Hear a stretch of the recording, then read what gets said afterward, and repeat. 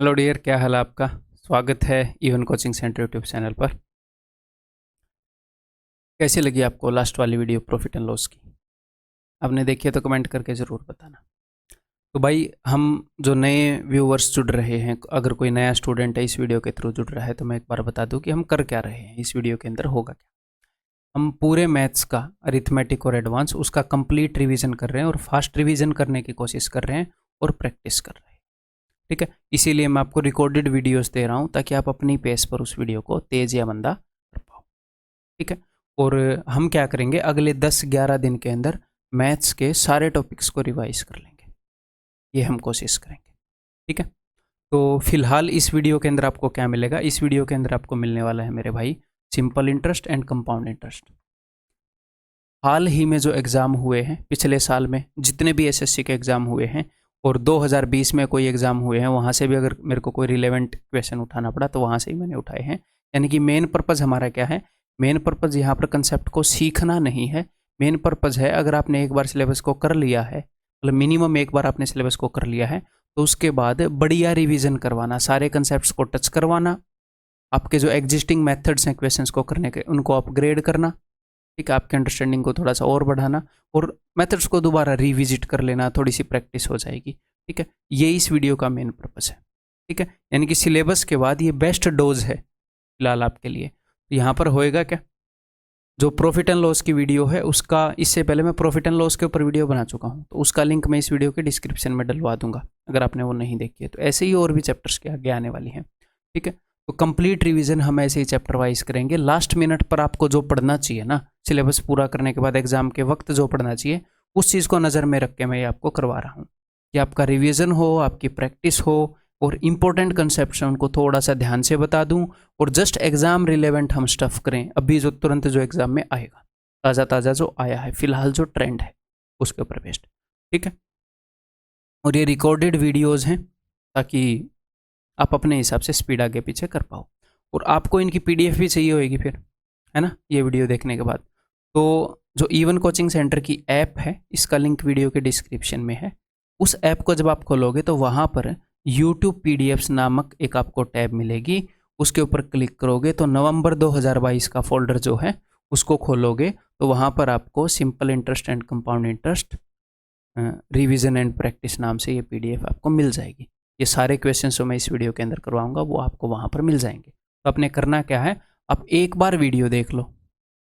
ठीक है, हो सकता है आपको ये लगे कि वीडियो के अंदर मान लो मैंने एक आधा क्वेश्चन लिया है, आप पीडीएफ देखो कि अरे ये तो आसान है तो मैं कर लूँगा।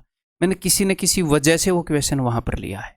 डेफिनेटली आपका जो एग्जिस्टिंग मेथड है उसको अपग्रेड ही मैं करूँगा उसके अंदर। ठीक है, तो एक बार आप वीडियो करो बेस्ट यूज़ के लिए, फिर उसके बाद आप 2 से 3 बार जो पीडीएफ है उसको रिवाइज कर लो। सेम क्वेश्चंस को बार बार रिवाइज करने से ही कंसेप्ट स्ट्रॉन्ग होते हैं।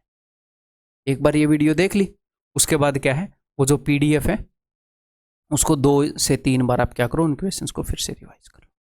तो पेन और नोटबुक लेकर बैठो, बिकॉज मैथ्स को करने का फ़ायदा नहीं है बिना पेन और नोटबुक के। ठीक है, आगे बढ़ते हैं। फिर अब हम करने वाले हैं SI एंड CI के क्वेश्चंस। जो कंपाउंड इंटरेस्ट है इसके क्वेश्चन ज़्यादा आते हैं, तो इसके क्वेश्चन ऑब्वियसली ज़्यादा लिए हैं और इसके क्वेश्चन हम पहले कर रहे हैं। SI से पहले CI करवाऊँगा, क्यों? क्योंकि यहाँ पर मैं आपकी बेसिक अंडरस्टैंडिंग तो डेवलप नहीं कर रहा, पहले ही जो अंडरस्टैंडिंग डेवलप है उसको थोड़ा सा एनहांस करेंगे, उसको रिवाइज करेंगे और आपकी प्रैक्टिस करवाएंगे, है ना। तो स्टार्ट हो जाओ क्वेश्चन करना। बताओ, find the compound interest on rupees 1,60,000 at 10% per annum for 2 years if the interest is compounded half yearly. अगर हाफ ईयरली कंपाउंड हो, ठीक, तो हाफ ईयरली कंपाउंड होगा तो रेट जो है हाफ ईयर के हिसाब से होगी। रेट 1 साल की कितनी है 10%, तो आधे साल की कितनी होगी 5%, तो भैया 5% रेट हो गई। और 2 साल के अंदर आपने 2 चीज़ें देखनी है कि कंपाउंडिंग जितने टाइम की हो रही है उस टाइम के हिसाब से रेट क्या है, ठीक है, और कितनी बार कंपाउंडिंग होएगी। हर 6 महीने में 5% ब्याज लगाना है। 6 महीने कितनी बार आ जाएंगे 2 साल में, 1 साल में 2 बार आते हैं, 2 साल में 4 बार आ जाएंगे, तो 5% का ब्याज लगाना है 4 बार। 4 बार 5% का ब्याज, तो ब्याज कितना हो जाएगा। इसको हम कई तरीक़ों से कर सकते हैं, आपको 2 तरीक़ों से बताऊंगा। ठीक, देखो 5%, सबसे पहला तरीका है कि इफेक्टिव परसेंटेज निकालना कि ब्याज कितने परसेंट है। इन दोनों के ऊपर मैंने फॉर्मूला लगाया, वही अपना फॉर्मूला, 2 परसेंटेज को कंबाइन करने का, ठीक है। तो क्या हो जाएगा 10.25। इन दोनों के ऊपर फॉर्मूला लगाया, क्या हो जाएगा 10.25।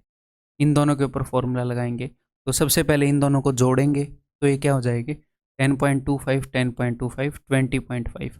उसके बाद आपने क्या करना है, एग्जैक्टली ये वैल्यूज़ यूज़ नहीं करनी, हम अप्रोक्सीमेट कर लेंगे, ठीक है मेरे भाई। एग्जैक्टली ये वैल्यूज़ यूज़ नहीं करनी है आपने, आप इनको सिर्फ 10 मान लो, सिर्फ 10 मान लो। सर फिर तो आंसर के अंदर गड़बड़ी हो जाएगी।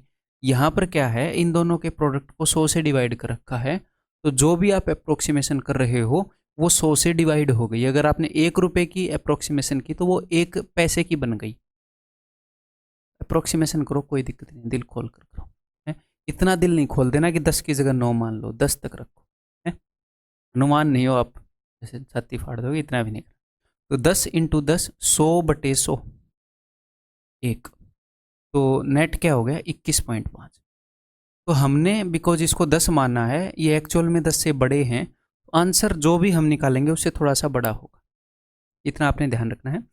ओवरऑल ब्याज इतने परसेंट लगेगा, तो किसका इतना परसेंट, इसका। तो इसके 1% की वैल्यू क्या है, 1% की वैल्यू है ये। 10% निकालना है तो 10 इंटू 1%, 12% निकालना है तो 12 इंटू 1%, तो 1% से गुणा कर रहा हूँ भाई, ठीक है। एक के बाद पॉइंट है, ये कट गया, 1 0 तो आएगी ही। 16 85 8, 16 कम 16 और 8, 2 16 दिन 32 और 2, तो 34,400।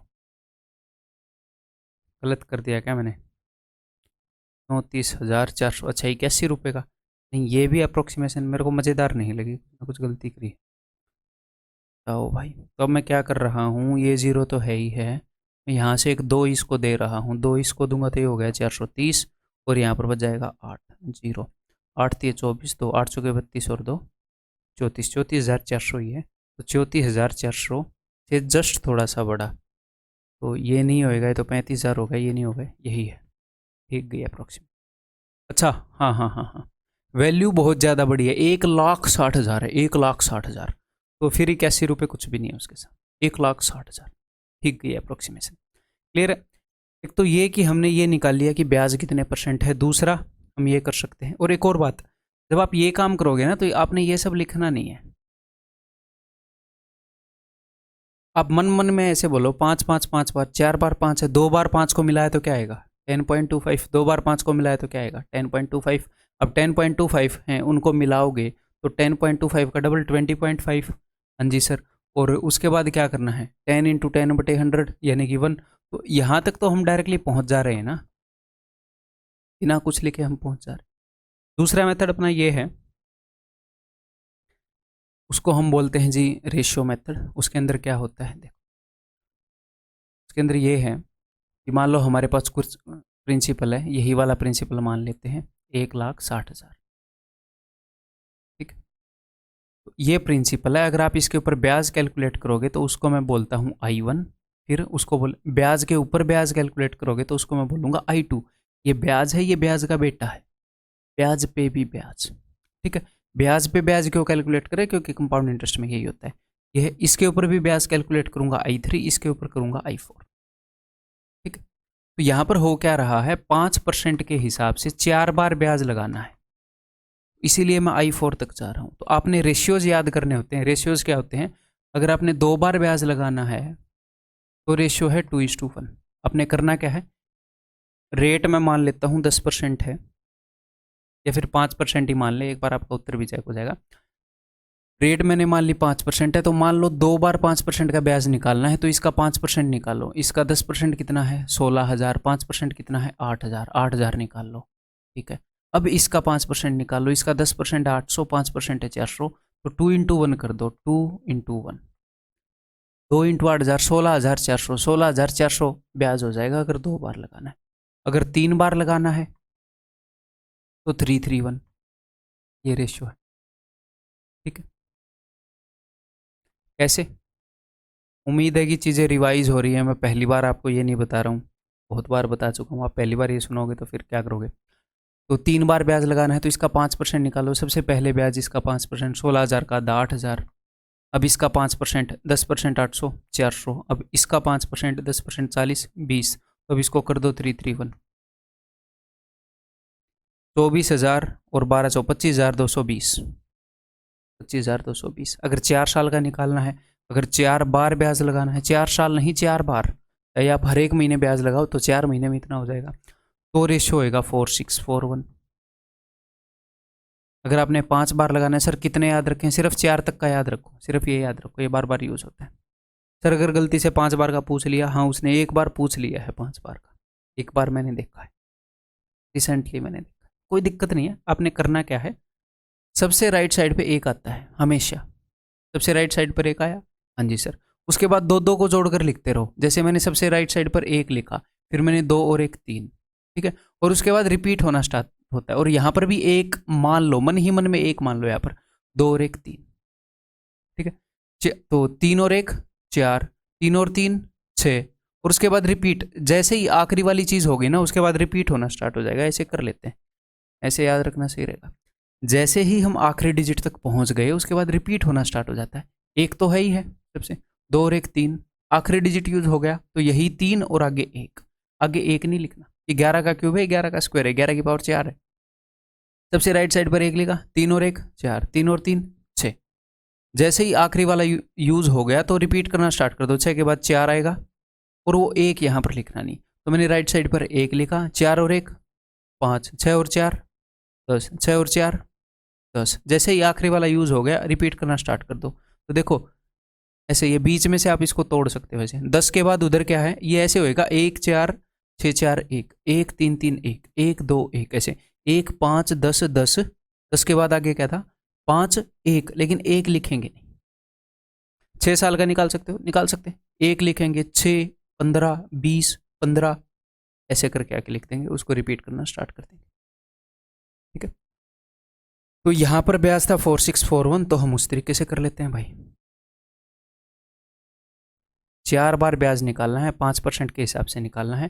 तो उसका 5% कितना होएगा, उसका 5% होएगा 10%, 16,000, 5% 8,000, 8,000। ये पहले लेवल का ब्याज। इसका फिर से 5% हमने निकाला 400, इसका 5% हमने निकाला 20, इसका 5% हमने निकाला 1। तो 4 6 4 1, ये कितना हो गया, ये हो गया 32,000, ये हो गया 2400, यानी कि 34,480, और एक 34,481। क्लियर है?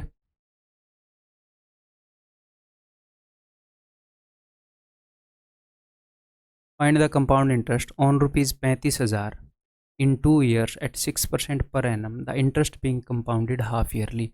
हाफ ईयरली कंपाउंड हो रहा है, यानी कि 6 महीने की रेट मुझे चाहिए। तो 6 महीने की रेट कितनी होएगी, 1 साल की रेट अगर 6% है तो 6 महीने की होएगी 3%। क्लियर है? 3% के हिसाब से ब्याज निकालना है। कितनी बार, 2 साल में 6 महीने कितनी बार आएंगे, 4 बार। 3% का ब्याज लगाना है 4 बार, ठीक है। तो नियरेस्ट टू रुपी। तो सबसे पहले हम क्या कर सकते हैं, 3% 4 बार, 3 3 3 3, वही फॉर्मूला लगाऊंगा।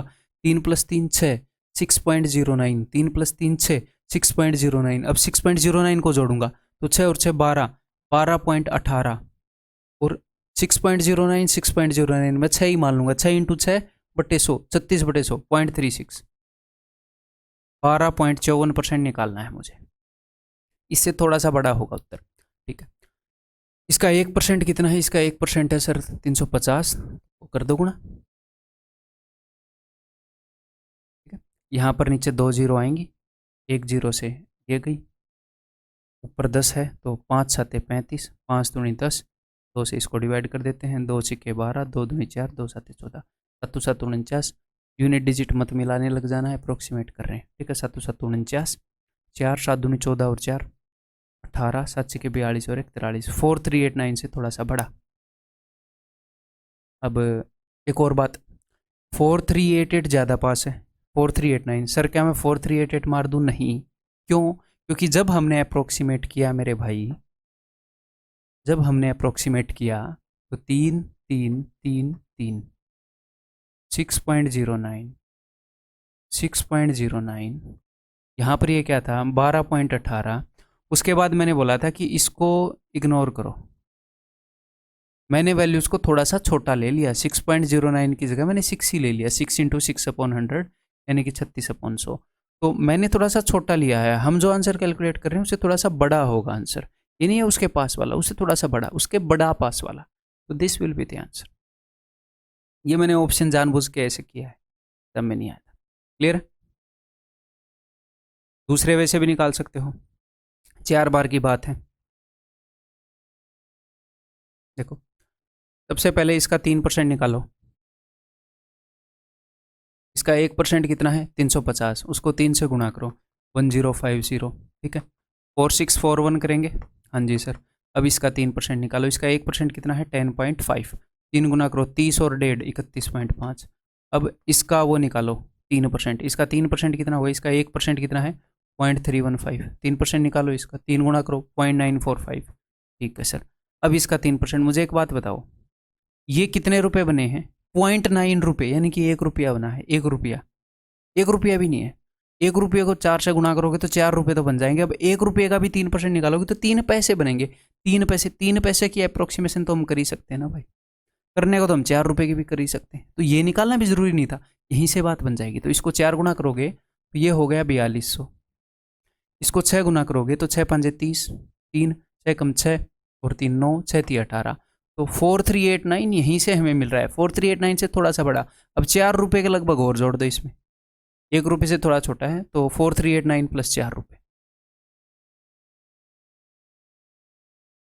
क्लियर? बताओ।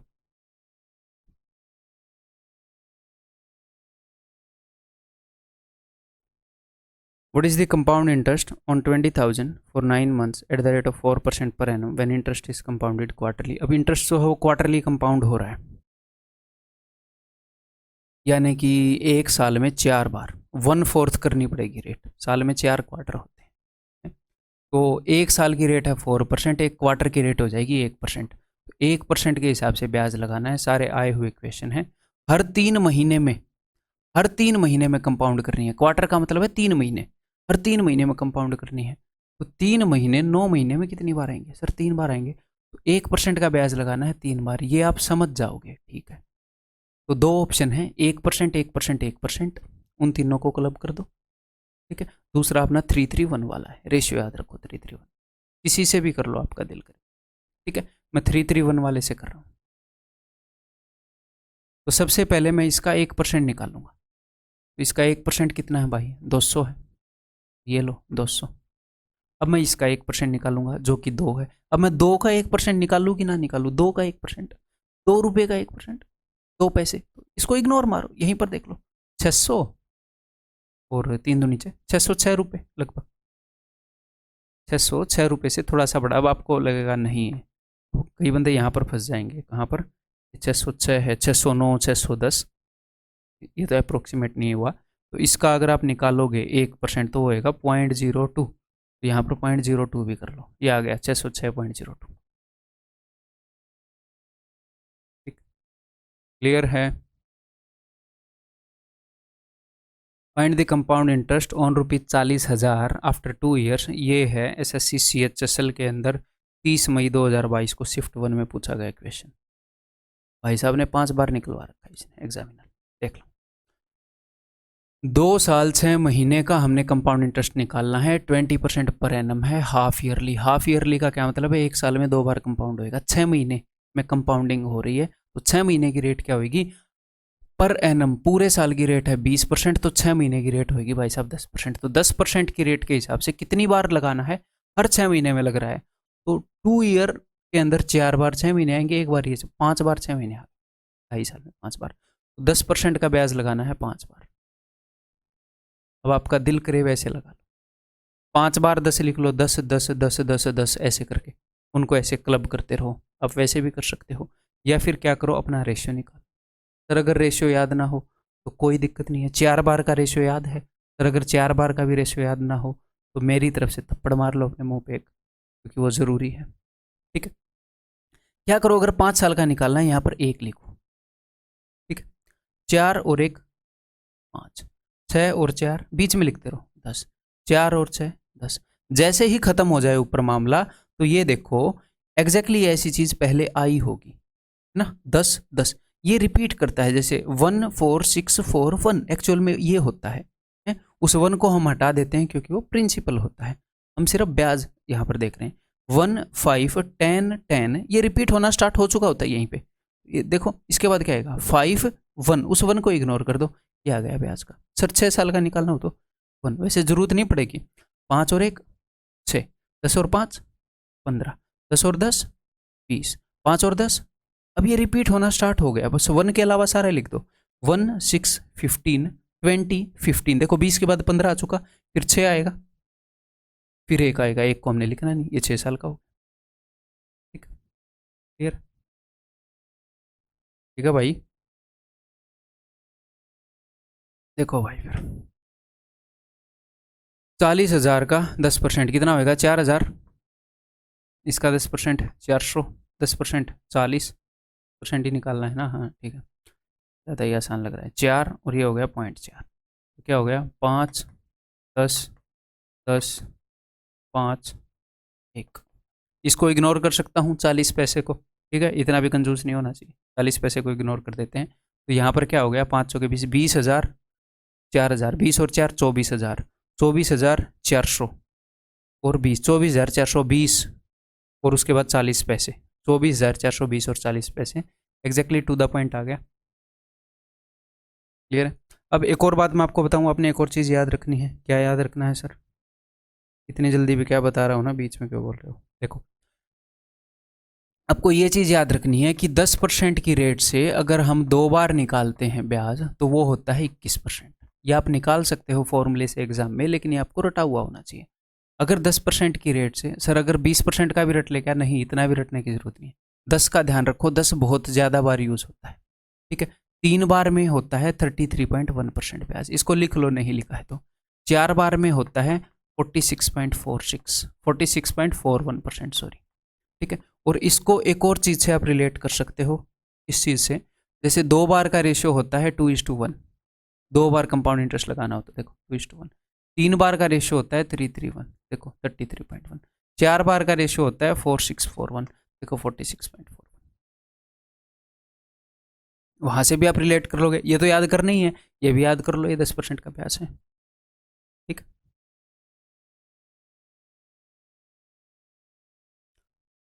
ये बताओ अगला,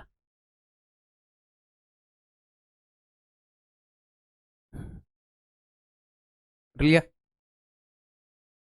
A sum of rupees 5,000 was deposited for 3 years at 10% per annum compounded annually, 5,000 रुपये जमा करा दिए, ठीक है। The difference between the interest for 2 years and that for 3 years, देखो 10% के हिसाब से ब्याज लगा रहा है बंदा, और 10% का तो हम रट के बैठे हैं, 10% के अलावा कुछ और होता तो हम निकाल लेते फॉर्मूले से, 10% का हम रट के बैठे हैं, 10% के हिसाब से अगर आप 2 बार ब्याज लगा रहे हो, देखो ये ईयरली कंपाउंड हो रहा है तो 2 साल में 2 बार लगेगा, तो वो ब्याज बनता है 21%।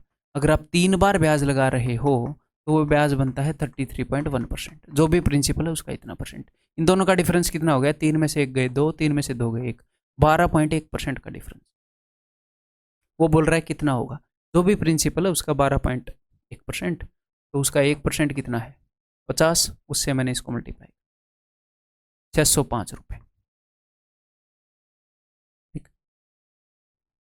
सारे लेटेस्ट सवाल करा रहा हूँ बीच में, मतलब टोटल 100 सवाल में से 5 सवाल ऐसे होंगे जो मैंने खुद बीच में अंडरस्टैंडिंग बढ़ाने के लिए डाले होंगे, सारे लेटेस्ट पिछले साल के सारे। ये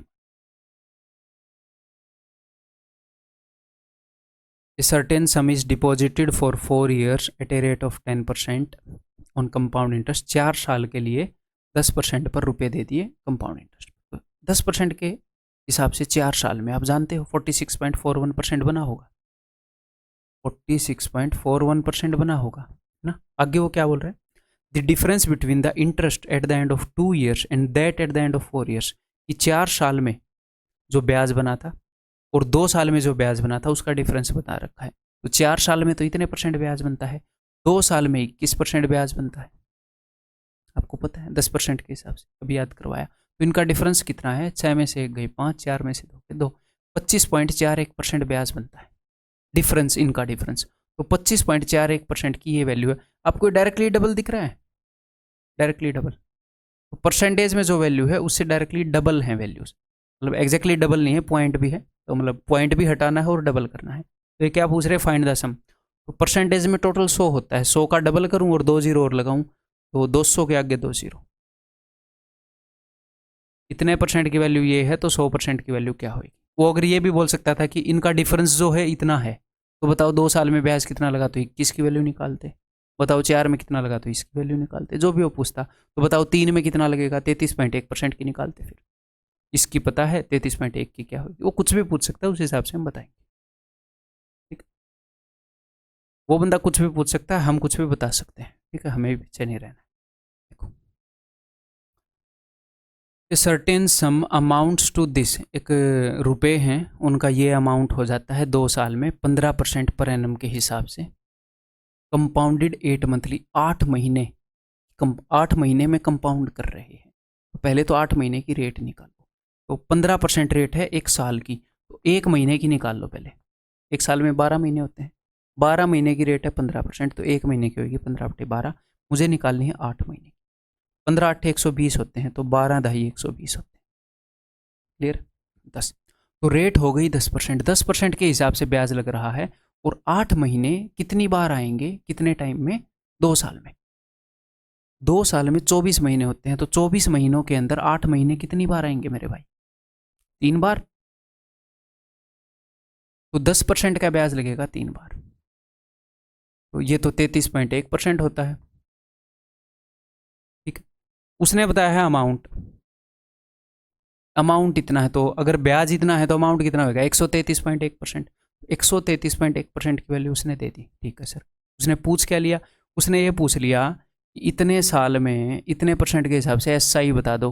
तो एसआई कितना होगा, दिस इंटू दिस, ये जितने भी परसेंट बनेगा उतना। तो इतने परसेंट की वैल्यू दे दी, इतने परसेंट की वैल्यू पूछ ली, तो आसान हो गया ना सवाल। अभी कर देते हैं। 133.1% की वो वैल्यू है, तो 1% की क्या होगी,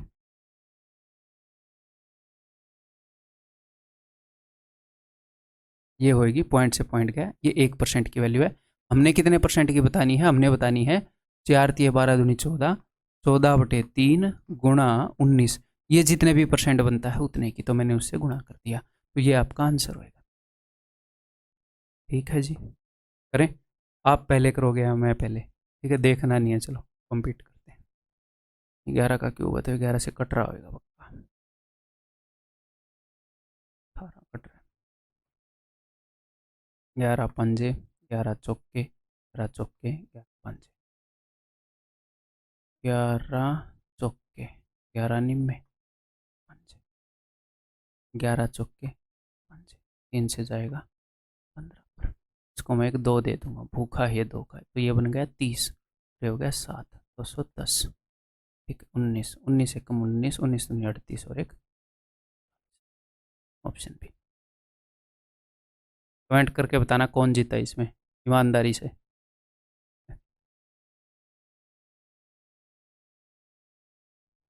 ये बताओ, if the rate of interest is 4% for the first year, 5% for the second year and 6% for the third year, then find the compound interest on 10,000 for 3 year। ठीक है, तो सबसे पहले तो इसको हम कैसे कर सकते हैं कि 10,000 रुपये हैं, चलो यही देख लेते हैं पहले कि 10,000 रुपये हैं, तो 4% का ब्याज लगा, तो आप ऐसे कर सकते हो 104/100, अगले साल 5%, अगले साल 6%। लेकिन ये आपको भी लग रहा होगा कि सर ये कैलकुलेटिव हो जाएगा मेथड, इसमें मज़ा नहीं आएगा। हम ऐसे कर सकते हैं, ये अमाउंट आएगा, इसमें से घटा सकते हैं, बट ये कैलकुलेट है। दूसरा हम कैसे कर सकते हैं, दूसरा हम ऐसे कर सकते हैं कि 4%, 5%, 6%, इन दो के ऊपर अमाउंट निकालें, इन दो के ऊपर अमाउंट निकालें, या फिर जो फॉर्मूला हम प्रॉफिट एंड लॉस में मैंने आपको बताया है, तीनों को कैसे क्लब करते हैं, वो हम यूज़ कर सकते हैं, वो बेस्ट रहेगा। ठीक है, तो वो यूज़ करें। मैंने आपको क्या बताया थोड़ी देर पहले कि अगर 3% चेंजेस आए, A%, B% और C% का परसेंटेज चेंज आए प्रॉफिट एंड लॉस में, मैंने बताया है, अगर आपने डायरेक्टली इंटरेस्ट निकाल लिया हो तो नेट जो परसेंटेज चेंज होता है वो ये होता है भाई,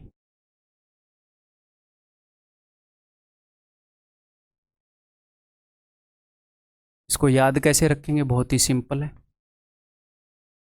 पहले एक एक का ग्रुप लिया, देखो एक अकेले अकेले लिए थे पहले टीम में, हाँ, फिर दो दो लिए यहाँ पर सारे क्या हैं, अकेले अकेले, एक बार ए एक बार बी एक बार सी, यहाँ पर दो दो, यहाँ पर तीन तीन, पूरे तीन की गैंग। तो तीन के नीचे दो बार शो आया, जब दो दो की गैंग ली तो एक बार शो आया, जब एक एक की गैंग ली तो 0 बार शो आएगा, यानी कि शो आएगा ही। ऐसे आप इसको याद रख सकते हो, ठीक है। और कभी भी हमें अप्रोक्सीमेट करना हो तो आप क्या कर सकते हो, आप इसको इग्नोर कर सकते हो, बिकॉज ये बहुत छोटी वैल्यू होगी, नीचे 10,000 पड़ा है, 10,000 है नीचे, बहुत छोटी वैल्यू है, ठीक है। तो यही चीज़ हम इस्तेमाल करते हैं इसके। देखो, तो वही फॉर्मूला लगा दूँ, 6 और 4 10 और 5 15, 15 आ गया, प्लस आगे क्या करूँगा मैं, दो दो का पेयर बनाना था, 4 5 20, 4 और 5 का हो गया 4 6 24, 4 और 6 का हो गया 6 5 30, 50, और ये कितना हो गया 74 बटे में 100 था, तो 15.74% ब्याज लगेगा, लगभग इससे थोड़ा सा ज़्यादा लगेगा। इतने परसेंट निकालना है कि इसका उसका 1% से गुणा कर दो इससे, 1574 से थोड़ा सा ज़्यादा। अब हाँ, एक और यहाँ पर डाउट आएगा, जेन्युइन डाउट है कि सर 1574 से थोड़ा सा ज़्यादा ये 1580 होएगा, नहीं, इतना ज़्यादा नहीं होएगा। जब तक वैल्यू 2 3 लाख 5 लाख ऐसे आपको बहुत बड़ी वैल्यू ना दे दे, ठीक है, वो इतने पास भी नहीं देता, मतलब इतना टॉर्चर बहुत रेयर होता है कि आपको 2-3 साल में एक शिफ्ट में टॉर्चर कर, अदरवाइज फिर आपको वही करना पड़ेगा। ज़्यादा आपको ये होगा मैं तो बिल्कुल एग्जैक्ट निकालूंगा, तो वो करना पड़ेगा। इस क्वेश्चन में ज़रूरत नहीं है एग्जैक्ट की, बिल्कुल भी ज़रूरत नहीं।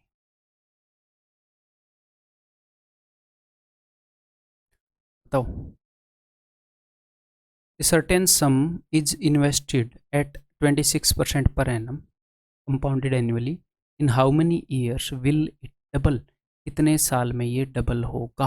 देखो, सबसे पहला तरीका तो ये है कि मैं ये देखूं, मैं इसी क्वेश्चन को एक बार चेंज कर दूं।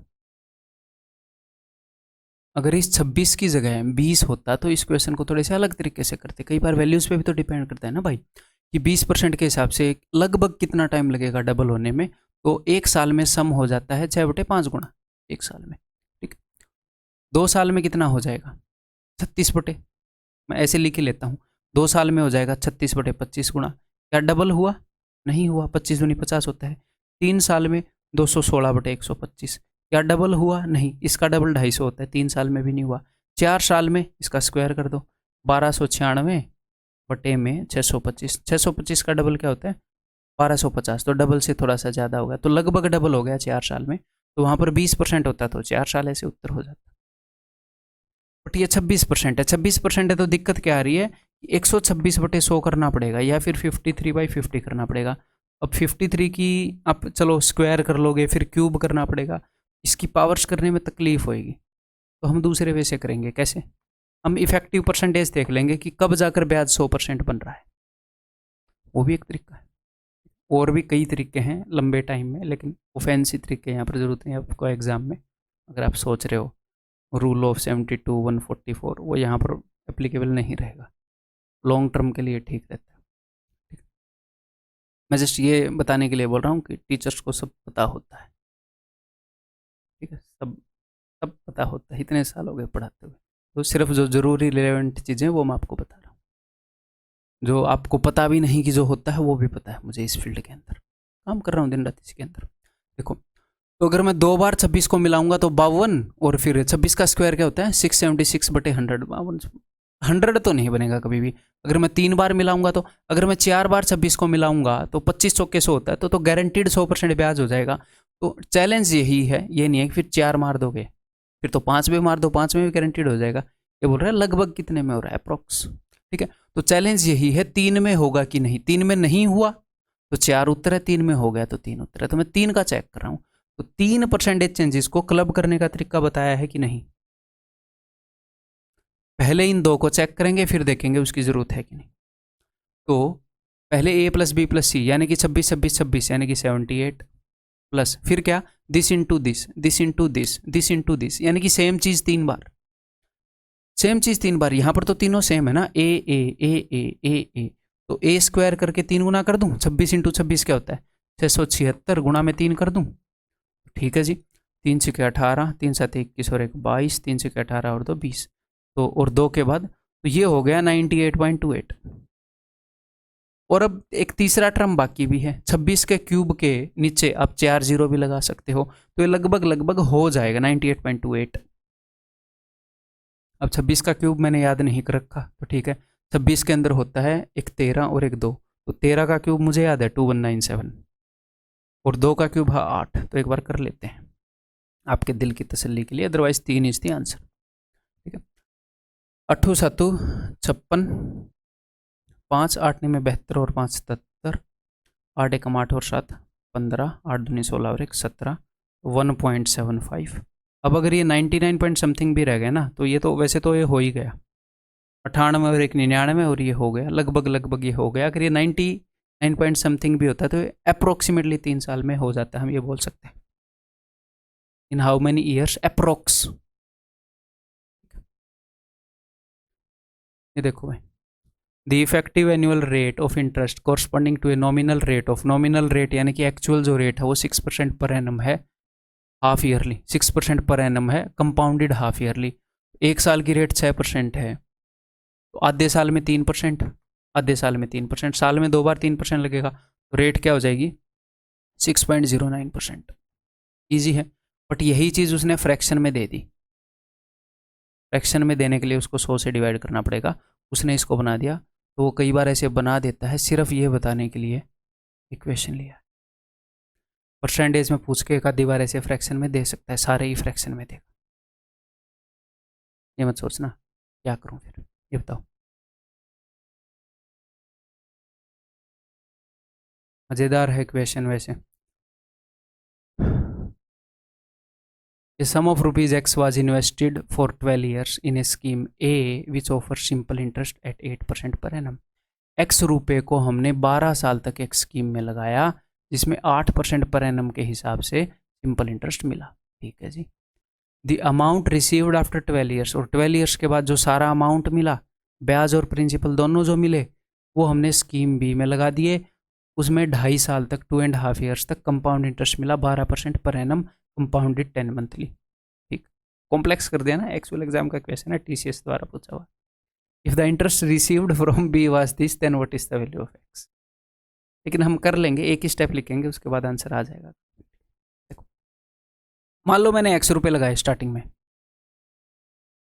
x रुपये लगाए तो 12 साल में 8% के हिसाब से 12 8 जा 96, 96% ब्याज बन गया, 12 8 96। अगर ब्याज 96% बन गया, 96% बन गया, तो अमाउंट कितना होगा 196%। तो इसका अमाउंट, ये टोटल अमाउंट है, इस पूरे अमाउंट को हमने बी में इन्वेस्ट कर दिया। बी में इन्वेस्ट किया तो एक बार देख लेते हैं कि 10 मंथली इन्वेस्ट किया, तो सर 10 मंथ का रेट बताओ। अगर 12 मंथ का रेट 12% है तो 1 मंथ का 1%, 10 मंथ का 10%, तो सर 10% रेट है। अच्छा, और कितनी बार लगा सर? सर 2.5 साल के अंदर 30 महीने होते हैं और 10 महीने में कंपाउंड कर रहे हैं, तो 3 बार। 10% का रेट अगर आप 3 बार लगाओगे तो ब्याज कितना बनता है 33.1%, 33.1%। और इसके ऊपर जो ब्याज बना है वो इसका 33.1% होएगा। तो 33.1% कैसे निकालोगे? ऐसे ही निकालोगे इसका। ठीक है, और वो बना है ये। समझ में आ गई बात? ठीक है,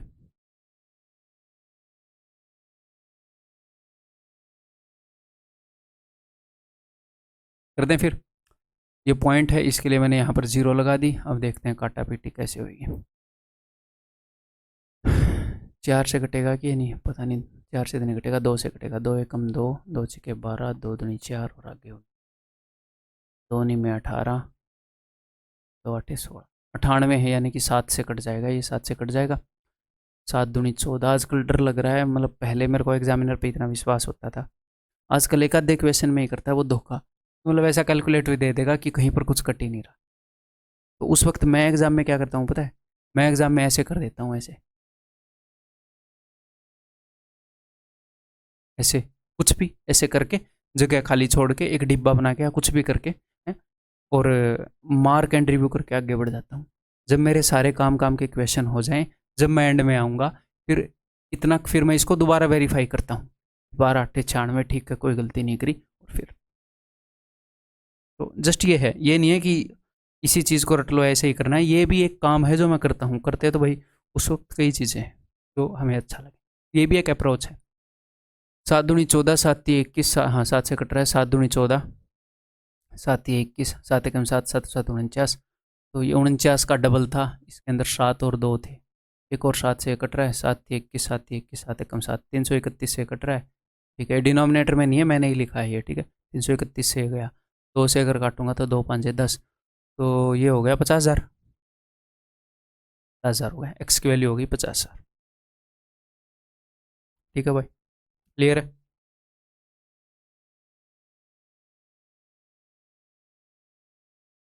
Vipul and Manish invested the sum of rupees 15,000 and 20,000 at the rate of 20% per annum and 30% per annum. SSC CGL tier 2 का क्वेश्चन है, respectively on compound interest. If the time period is 3 years for both, then what will be the total compound interest? बताओ। एक बंदे ने रुपए लगाए 15,000 20% के हिसाब से, एक बंदे ने रुपए लगाए 20,000 30% के हिसाब से, ठीक है, बताओ कैसे निकालोगे, दोनों ने 3 साल तक लगाए हैं, मुश्किल तो नहीं है, मतलब कैसे, मतलब कैलकुलेशन को हम इफेक्टिव परसेंटेज भी निकाल सकते हैं, 20-20-20%, लेकिन वैसे करना ठीक नहीं रहेगा, दोनों में 3 साल का निकालना है, तो ईजीएस्ट मेथड पता क्या रहेगा, 3-3-1 से निकाल लें, दोनों जगह 3-3-1 करना पड़ेगा, पहले वाले में भी दूसरे वाले में भी, दोनों जगह 3 साल का है, थोड़ा सा इसको इधर लिख लूँ मैं, ठीक है, तो देखो सबसे पहले वाला मैं निकाल रहा हूँ 20% वाला, ये जिन दोनों के नीचे स्ट्रेट लाइन है, 15,000 रुपये 20% के हिसाब से, तो 15,000 का 20% कितना होगा भाई साहब, 3,000, तो ऐसे 3,000 लिख लो।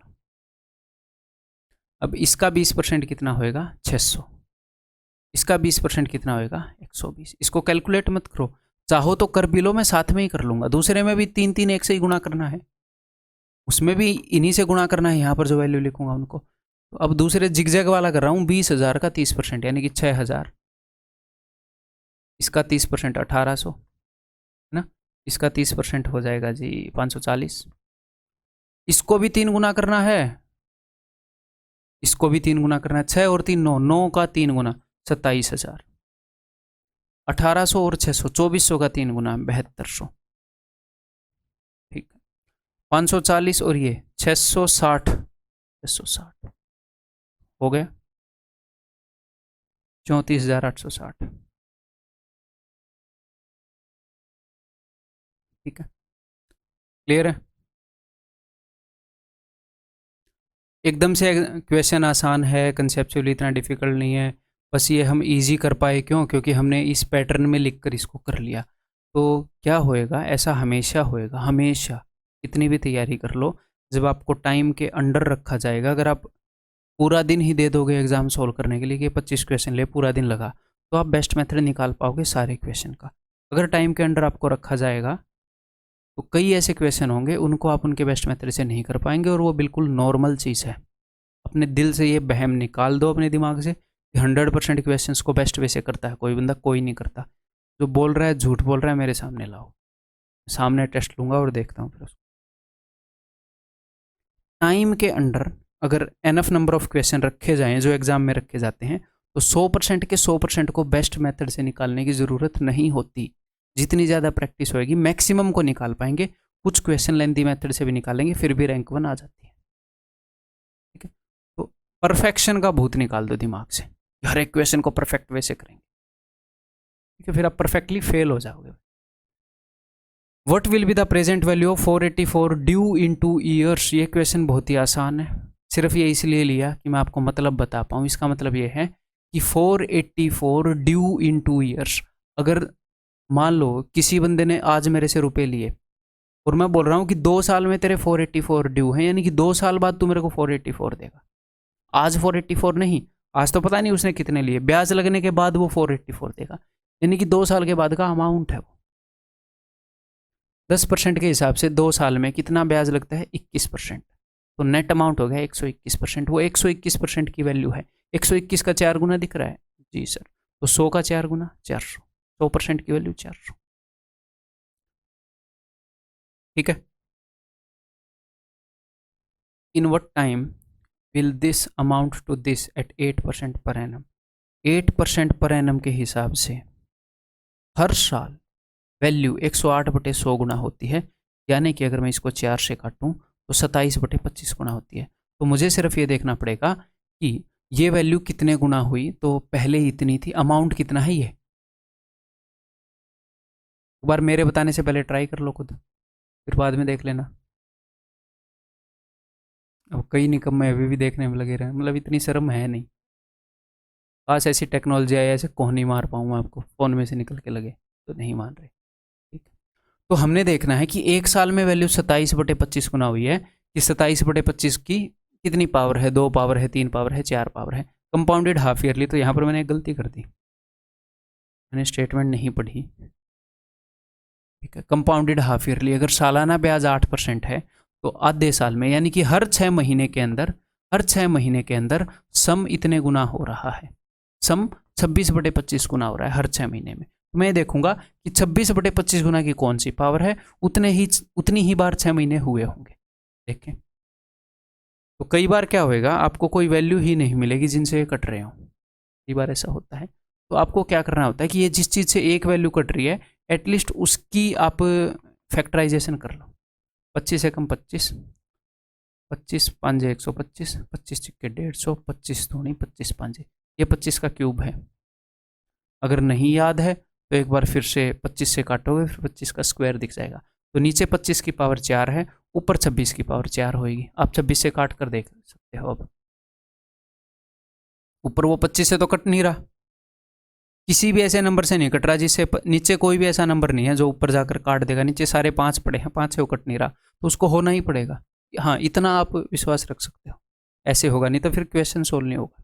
ठीक है, तो इसकी पावर 4 है, यानी कि सम को 4 बार इतने गुना होना पड़ा, यानी कि 6 महीने 4 बार बीत गए, यानी कि 2 साल की बात है। ठीक है जी, ये बताओ, ये सम, और ये नहीं है कि सारे सवाल इतने कैलकुलेटिव आते हैं, कई सवाल ऐसे तुरंत थोड़ी देर में कर लोगे। तो कंसेप्ट तो आपको आता ही है, कंसेप्ट में तो इसमें खास कोई डिफिकल्टी है नहीं, तो आपकी कैलकुलेशन की प्रैक्टिस करवा रहे हैं, कंसेप्ट रिवाइज करा रहे हैं साथ साथ। The sum of rupees this much when invested at R% per year compounded annually amounts to this after 2 years। 2 साल में इतना हो गया, तो रेट बताओ। तो मैं देख लेता हूँ 2 साल में, तो इसका मैं स्क्वायर रूट करूंगा। 3 साल बोला होता तो क्यूब रूट करूंगा। मैं जानना चाह रहा हूँ कि हर साल में कितना होगा। 2 साल में चीज़ें इतने गुना हो रही हैं। ये तो 5 से कट रहा है, ऊपर वाला 5 से कट रहा है, नहीं जी नहीं कट रहा। तो बताओ किससे काटे। 5 से नहीं कट रहे हैं, 3 से कट रहे हैं, 7 और 5 12। ये नीचे वाला 3 से नहीं कट रहा, 7 से कट रहा है, 7 से भी नहीं कट रहा है, 11 से कट रहा है, नहीं कट रहा, 13 से कट रहा है, नहीं कट रहा। मैं चेक कर रहा हूँ ये सारे साथ साथ। 13 कम थे, 13 75, अगर ये 0 0 होता तो ये कट जाता। 13 से नहीं कट रहा, 17 से कट रहा है, 36, 7 68, नहीं कट रहा। तो क्या करें, ये कट ही नहीं रहा। 19 से कट रहा है, पता नहीं 19 से कट रहा है कि नहीं। तो इस वक्त में हम क्या करेंगे, कभी कभी क्या होता है, मैं जानबूझ के ऐसे सवाल चार्ट कर लाया हूँ, एक आधे जो आपको तंग कर सकते हैं। आपको लग रहा है कट नहीं रहा, तो जो भी आपको दिख रहा है जो टूट सकता है उसको तोड़ लो मेरे भाई। 25 से डिवाइड हो रहा है, ये तो लग रहा है ना, तोड़ लो। जैसे मैंने लास्ट क्वेश्चन में बताया, तोड़ लो। आपको प्राइम नंबर नहीं मिल रहा जो इन दोनों में कॉमन है, तोड़ लो। जो टूट सकता है उसको तोड़ लो, बाद में पता लग जाए। ठीक है, और आपको ये पता है 2 साल की बात है, तो बाद में स्क्वायर रूट तो हम मारेंगे ही। 25 पांजे 125, 18, 25 7 175, तो 17 में से 5 गए 8। अच्छा, ये 25 से क्यों नहीं काटा भाई, 25 पांजे 125, 13 में से 5 गए 8, 18 187, तो 12, 25 पांजे, फिर से 25 से काट रहा हूँ। 25 एक कम 25, सॉरी 25 तो नहीं 50, 25 दिए 75। तो देखो 25 तो उसके अंदर है नहीं, हम श्योर हैं। 23 से कट रहा होगा वो, देखो आपको 23 तक जाना पड़ता उस वे से। तो कभी कभी अगर आपको लग रहा है, आप वैसे भी ढूंढ सकते हो, 23 तक जा सकते हो, कोई दिक्कत नहीं है। आप ऐसे काट भी सकते हो, प्राइम फैक्टराइजेशन भी कर सकते हो। तो 23 23 7 161, बच गया 6, 23 दूनी 46, 20 23 ने में 207। तो ऊपर मेरे भाई, अब मुझे इसका स्क्वायर रूट भी करना आपको पता है। ऊपर 27 का स्क्वायर है, नीचे 25 का स्क्वायर है, तो ये आ गया 27/25। 2 का ब्याज लग रहा है 25 पर, हर एक साल में 2 का ब्याज 25 पर। तो 25 का 4 गुना 100, 2 का 4 गुना 8, 100 रुपये पर 8 का ब्याज, 8% है। ठीक है, a sum of money amounts to this in 2 years, 2 साल के अंदर इतना हो जाता है सम ऑफ मनी, 3 साल के अंदर इतना हो जाता है। तो 1 साल में कितने गुना हो गया वो? 1 साल में 4624 से 4913 हो गया। 4913 एक स्पेशल नंबर है, वैसे मैं बताऊंगा नहीं क्या स्पेशल नंबर है, एक स्पेशल नंबर है। बाद में इसको आप याद कैसे कर सकते हो वही मैं आपको बता दूंगा, ठीक है। अब इसको काटो, 1 साल में इतने गुना हो गया, तो हर 1 साल में ये कितने गुना हो रहा है एक बार काटने की कोशिश करो। ने बताना क्या है, प्रिंसिपल कितना होगा ना, बताएंगे। बताओ 1 साल में कितने गुना हो रहा है। तो नीचे वाले को अगर मैं काटूँ 6 और 4 10 16, ये 3 से भी नहीं कट रहा, 7 से कट रहा है क्या? 7 से के 42, 7 से भी नहीं कट रहा। तो अब आपको इतना तो पता है ये 4 से कट रहा है, तो 4 से काटना ही स्टार्ट कर दो। 4 एकम 4, 4 एकम 4, 4 पंजे 20, 4 छके 24, ये भी 4 से कट रहा है भाई। तो 4 दूनी 8, 4 आठे 32, 4 री में 36। अब आपको स्ट्राइक होगा कि अच्छा 289 क्या है? 17, वो 17 से कट रहा होगा। अब मैं आपको बताता हूँ, ये 17 का क्यूब है, ठीक है। 7 का स्क्वायर है ये, ऐसे थोड़ा सा याद रख सकते हो, यही मैं बता रहा था। 7 का स्क्वायर, 17 के क्यूब में 7 का स्क्वायर दिखता है पहले, ठीक है। तो ये 17 का क्यूब है, ये 17 का स्क्वायर है, तो ऊपर सिर्फ एक 17 बच जाएगा। तो हर साल में जो सम है वो 17/16 गुना हो रहा है हर साल में। 2 साल से 3 साल तक एक ही साल हुआ था, हर साल में इतना हो रहा है। तो प्रिंसिपल कितना था? तो यहाँ तक पहुँचने में उसको 2 साल लग गए, यानी कि 2 बार 17/16 गुना होकर यहाँ पहुँचा है। तो इसको मैं 2 बार 16/17 कर दूंगा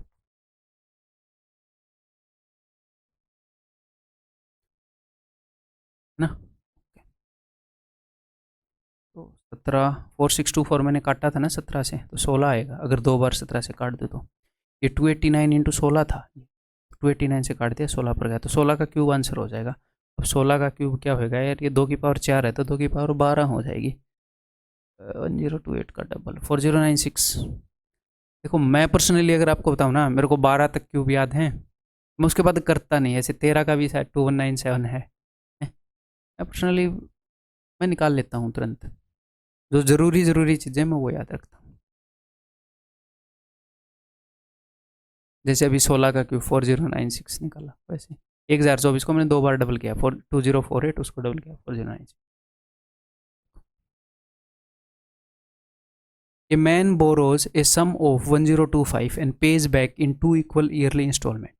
If the rate of interest is this, then how much is each installment?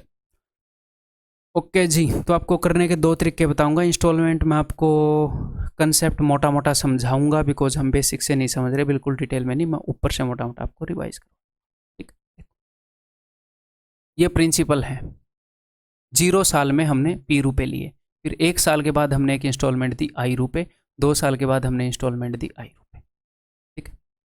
तो हमने करना क्या होता है बेसिकली, चलो एक बार थोड़ा सा बेसिक भी टच कर लें। अगर मैं इस P रुपए को 2 हिस्से में तोड़ दूं x प्लस वाई, तो कुछ इस तरीके का मामला होता है कि P को मैंने 2 हिस्से में तोड़ दिया, x के ऊपर ब्याज लगाकर 1 साल में I बन गया, 1 साल का ब्याज लगाकर, y के ऊपर 2 साल का ब्याज लगाकर I बन गया। इस x को मैंने 1 साल बाद पे कर दिया, इस y को मैंने 2 साल बाद पे कर दिया। x और y की वैल्यू ऐसी सेट कर रखी होती है कि दोनों जगह सेम अमाउंट बने, ठीक, क्लियर है। तो बेसिकली हम इसको सोल्व कैसे करते हैं, कंपाउंड इंटरेस्ट के इंस्टॉलमेंट को हम ऐसे सोल्व कर सकते हैं। अब क्या करो, आप वैल्यू को कहीं पर भी कंपेयर कर दो, कहीं पर भी, यहाँ पर, यहाँ पर, यहाँ पर, कहीं पर भी कंपेयर कर दो, ठीक है। 1 साल के बाद रुपए की वैल्यू आई है, तो 1 साल पहले कितनी होगी, 1 साल पहले कितनी होगी बताओ। ब्याज है 5%, हर साल जो रुपये हैं वो 21/20 गुना हो रही है उनकी वैल्यू, हर साल में जो ब्याज लग के 21/20 गुना हो रही है। इसको तो 1 साल में 21/20 गुना हो गई होगी, इसको 1 साल पीछे लाऊंगा तो 20/21 गुना करना पड़ेगा, 1 साल आगे ले जाऊंगा तो 21/20 गुना करना पड़ेगा। तो मैं क्या कर सकता हूँ कि P इज इक्वल टू, इस I की वैल्यू को मैं पीछे लेकर आ रहा हूँ, ये हो गया I इंटू 20/21, इस I की वैल्यू को 2 बार पीछे लाना पड़ेगा, ये हो गया I इंटू 20/21 का स्क्वायर। ये बिल्कुल बेसिक है, ठीक। यहाँ पर अगर मैं I इंटू 20/21 कॉमन ले लूँ, यहाँ पर मुझे क्या मिलेगा, I इंटू 20/21 1, और यहाँ पर मुझे मिलेगा 20/21। अब मैं आपको एक चीज़ बता रहा हूँ, जब भी 2 साल की इंस्टॉलमेंट हो, P is equal to I into, ये रेट के फ्रैक्शन का उल्टा है, तो रेट के फ्रैक्शन का उल्टा 1/रेट का फ्रैक्शन गुणा में 1 + 1/रेट का फ्रैक्शन, थोड़ी देर में याद करवा दूंगा, पहले भी कई बार करवा चुका हूँ, फिर से करवा दूंगा। ये चीज याद रखो, 2 साल का बार बार आता है क्वेश्चन। देखो, a man borrows a sum of 1025, ये प्रिंसिपल है। Principal is equal to installment into rate के फ्रैक्शन को उल्टा करके लिख दो भाई। रेट का फ्रैक्शन क्या है? 21/20 है सर। ठीक, उल्टा करके लिखो जल्दी। सर 20/21 कर दिया। अब इसके अंदर एक जोड़ना है, तो इसके अंदर एक जोड़ोगे तो होएगा क्या? न्यूमरेटर और डिनोमिनेटर का सम, और बटे में यही 21। एक ऐसे ही जुड़ता है। 3/5 में एक जोड़ोगे तो क्या होएगा? 5 और 3 8/5 आएगा। तो इन दोनों का सम ऊपर लिखो, नीचे 21 लिख दो। इसके अंदर एक जोड़ना है बस। तो वो करेगा क्या? वो पी और आई में से एक देके दूसरा पूछता है बहुत बार, तो ये काम आ जाएगा। दूसरा मेथड भी बताऊंगा, ठीक है। तो तोड़ें फिर इसको। 41 दूनी 82, 41 पंजे 5 चौके 5 5, ठीक है। 21 और 21 क्या होता है? 441। इसको मैं ऊपर भेज रहा हूँ। 5 एकम 5, 5 चौके 20, 2 22/4 इक्वल टू 4 5 20, 4 5 20, 4 एकम 4, 551.25। ठीक है, दूसरा मेथड देख लो। दूसरे मेथड से हम क्या करते हैं, मैं यहाँ पर लिखता हूँ, जैसे मैंने पी को तोड़ा था कि एक्स वाई, 0 साल के बाद, 1 साल के बाद, 2 साल के बाद ये आई हो गया, ये आई हो गया। इसके ऊपर 1 साल ब्याज लगा है, इसके ऊपर 2 साल ब्याज लगा है। ये अंडरस्टैंडिंग बताई थी। तो मैं क्या लिखता हूँ, मैं ये मानता हूँ कि जिस मनी को मैंने 1 साल में ही पे कर दिया, जिस मनी को मैंने 1 साल में ही पे कर दिया, तो वहाँ पर क्या होएगा, मैंने 20 रुपये की जगह 21 रुपये दिए होंगे, है ना। रेट के हिसाब से लिखा है मैंने। तो ये मैंने लिखा है प्रिंसिपल, ये मैंने लिखा है इंस्टॉलमेंट का अमाउंट, कि 20 रुपये अगर प्रिंसिपल में बने होंगे तो 21 दिए होंगे। और जिस मनी को मैंने 2 साल में पे किया है, वहाँ पर इस 20 और 21 का स्क्वायर कर दो, वहाँ पर मैंने 400 रुपये की जगह 441 दिए होंगे, क्योंकि 2 बार इस रेट का यूज हो रहा है, तो स्क्वायर कर दो। 3 बार होता तो इनका क्यूब कर देता। और इंस्टॉलमेंट जो है वो इक्वल होनी चाहिए, तो मैं ऊपर क्या करूंगा, 21 से मल्टीप्लाई कर दूंगा, यहाँ पर भी यहाँ पर भी। इंस्टॉलमेंट इक्वल होगी, तो मैंने खुद की एक सिचुएशन क्रिएट कर ली जो इन सारी कंडीशन को सेटिस्फाई कर रही है। इस चीज़ को मैं इक्वेट करूंगा एक्चुअल वैल्यू से। एक्चुअल में मेरा, उसने पूछा क्या, then how much is each installment, उसने इंस्टॉलमेंट की वैल्यू पूछी है, यानी कि 441 की हर एक इंस्टॉलमेंट। और प्रिंसिपल बताया है, प्रिंसिपल 820 है। एक्स और वाई का सम है ना प्रिंसिपल, 820 की वैल्यू उसने दी है। रेशियो में जो 820 यूनिट है वो उतना है, तो 1 यूनिट की वैल्यू क्या होगी, ये लो भाई। और 441 यूनिट की वैल्यू पूछी, ऐसे आ जाएगा। ठीक है सर, हमें तो वो भी आसान लगा था, फिर ये क्यों सीखे? क्योंकि कभी कभी वो आपसे इंटरेस्ट पूछ लेता है, तो इसमें इंटरेस्ट बताना थोड़ा सा आसान रहता है। जैसे यहाँ पर इंटरेस्ट कितना बना, 420 से 441, ये दोनों 441 है, 21 रुपये का। यहाँ पर कितना बना, 41 रुपये का। टोटल कितना बना, 62। सिर्फ इंटरेस्ट निकालना होता है तो इंटू 62 कर देते हैं। 1 यूनिट की वैल्यू को 62 से मल्टीप्लाई कर देते, वो ईजिली आ जाता। ठीक, क्लियर है, मैंने मार्क कर दिया है ये।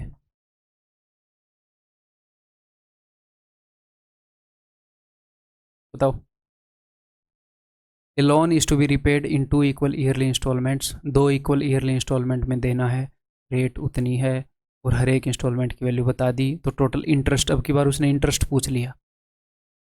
कर हम दोनों तरीके से सकते हैं, ठीक है, लेकिन मैं आपको रेशियो वाले से बता दूँ, उसने इंटरेस्ट पूछा है तो। ठीक है, तो 10% है, 10 का 11 दिया, फिर स्क्वायर करेंगे, 100 का 121 दिया, तो इंटू 11 कर देंगे ऊपर दोनों जगह। ठीक है, ये प्रिंसिपल है, ये हर एक इंस्टॉलमेंट है। ठीक है भाई, 110 से 121 तो 11 रुपये का ब्याज, 100 से 21 तो 21 रुपये का ब्याज, 32 रुपये का ब्याज लगा है, 32 यूनिट ब्याज लगा है बोल सकते हो। मुझे 32 यूनिट की वैल्यू निकालनी है, वो या तो हर एक इंस्टॉलमेंट की देगा या टोटल प्रिंसिपल देगा। उसने क्या दिया है, हर एक इंस्टॉलमेंट की वैल्यू दी है, यानी कि उसने 121 की वैल्यू दी है। तो 1 यूनिट की वैल्यू क्या हो जाएगी, इतनी। मुझे निकालनी है 32 यूनिट की वैल्यू, इन दोनों का सम। ब्याज तो इतना ही लगा है ना टोटल, बस अभी कर देते हैं। 11 से 11 पर गया, 11 छिक्के दूनी सत्ते, 11 पंजे 11 सत्ते।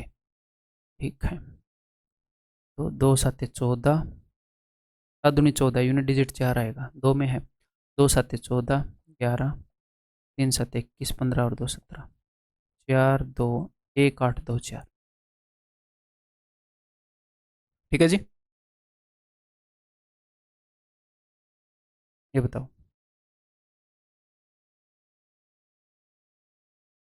ए TV is available for this much cash. एक टीवी अगर आपने लेना है तो इतना कैश दे दो, तुरंत आपके घर में टीवी, 1.5 लाख रुपए दो, मैं आपको टीवी दे दूंगा, ठीक। या फिर वो क्या बोल रहे हैं, for this much as cash down payment. Down payment का सिस्टम क्या है, इतने रुपए आज दे दो, जो बाकी के रुपए हैं वो उधार मान लिए जाएंगे, बाकी रुपए को किस्तें में कर दो। तो इतने रुपए तो बंदे ने आज ही दिए हैं, तो ये घटाओ एक बार, पहले हम ये देखना चाह रहे हैं उधार कितनी है। तो 1,50,000 में से 17,600 घटाना है, तो 1,50,000 में से मैं 18,000 घटा देता हूँ, 1,32,400। तो टोटल जो उधार है वो 1,32,400 की हुई है। क्लियर है? इसमें से मैंने इसको घटाया। ओके सर, इतने रुपए की उधार ली है और उसने क्या किया है फिर, 3 इक्वल हाफ ईयरली इंस्टॉलमेंट, आधे साल की इंस्टॉलमेंट दी है, तो 20% पर एनम है, तो रेट मुझे करनी पड़ेगी 10% हाफ ईयरली, ठीक है। 10% का ब्याज लग रहा है हर 6 महीने में, वो 6 महीने में इंस्टॉलमेंट दे रहा है, टोटल 3, तो 3 इंस्टॉलमेंट वाला लॉजिक यहाँ पर यूज हो जाएगा 10% के रेट के हिसाब से। क्या पूछा है उसने, then the total interest paid by customer, तो टोटल इंटरेस्ट पूछा है, तो उसी रेशियो वाले मेथड से कर लें कि 10 रुपये की जगह 11, 100 की जगह 121, 1000 की जगह 1331, ठीक है। तीनों इंस्टॉलमेंट को सेम कर लो, इसको इंटू 11 करूँगा तो बन जाएगा इतना, तो इंटू 11 करने से 1100, इसको इंटू 121 करूँगा तो ये भी हो जाएगा 1210, है ना। तीनों इंस्टॉलमेंट सेम कर ली, जी हाँ, ये टोटल प्रिंसिपल है। तो उसने वहाँ पर क्या बताया है, उसने यहाँ पर प्रिंसिपल बता रखा है हमें, तो मुझे इन तीनों को जोड़ना पड़ेगा। हमारे हिसाब से प्रिंसिपल कितना है जी, हमारे हिसाब से 3310 यूनिट है, ठीक है। और क्या पूछ रहा है, इंटरेस्ट पूछ रहा है, तो हमारे हिसाब से इंटरेस्ट कितना है अभी देखते हैं। तो इसको 1331 मत लिखना है, यहाँ पर है, इसी से मैं तो हेल्प ले लेता हूँ। 1331 में से ये घटाएंगे तो 121 रुपये का ब्याज है, यहाँ पर 231 रुपये का ब्याज है, यहाँ पर 331 रुपये का ब्याज है, तो यहीं पर जोड़ देते हैं, 3 2 5 और 1 6, 3 3 6 और 2 8, 683। इन तीनों को जोड़ोगे तो 683 आएगा, इन तीनों को जोड़ोगे तो। क्लियर है? 683 यूनिट की वैल्यू बतानी है, इतने यूनिट की वैल्यू पता है, इतने यूनिट की वैल्यू क्या है ये, तो देखो 1324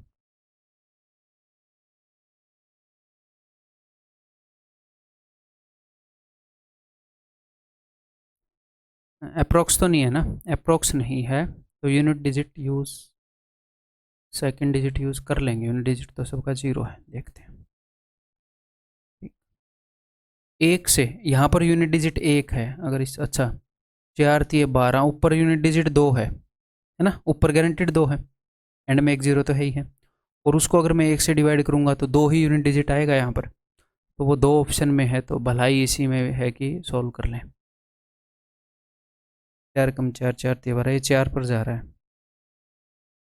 ठीक है। 4 3 12, 4 8 24 और 1 25, 520 आएगा एंड में। का गलती हो गई भैया हमसे, तो उत्तर गलत करा दिया हमारा। 4 3 12, 1 4 8 32 और 1 33, 320 आएगा, ठीक है जी। तो भाई नेक्स्ट क्वेश्चन आपके सामने, आगे बढ़ते हुए ये बताओ सर। तो अभी एक बार हम रिवाइज कर लेते हैं इस कंसेप्ट को, जो एसआई है, सिंपल इंटरेस्ट है, उसके इंस्टॉलमेंट्स को, ठीक है। इस क्वेश्चन के माध्यम से फिर एक और क्वेश्चन करेंगे, ये कंसेप्ट भी टच हो जाएगा।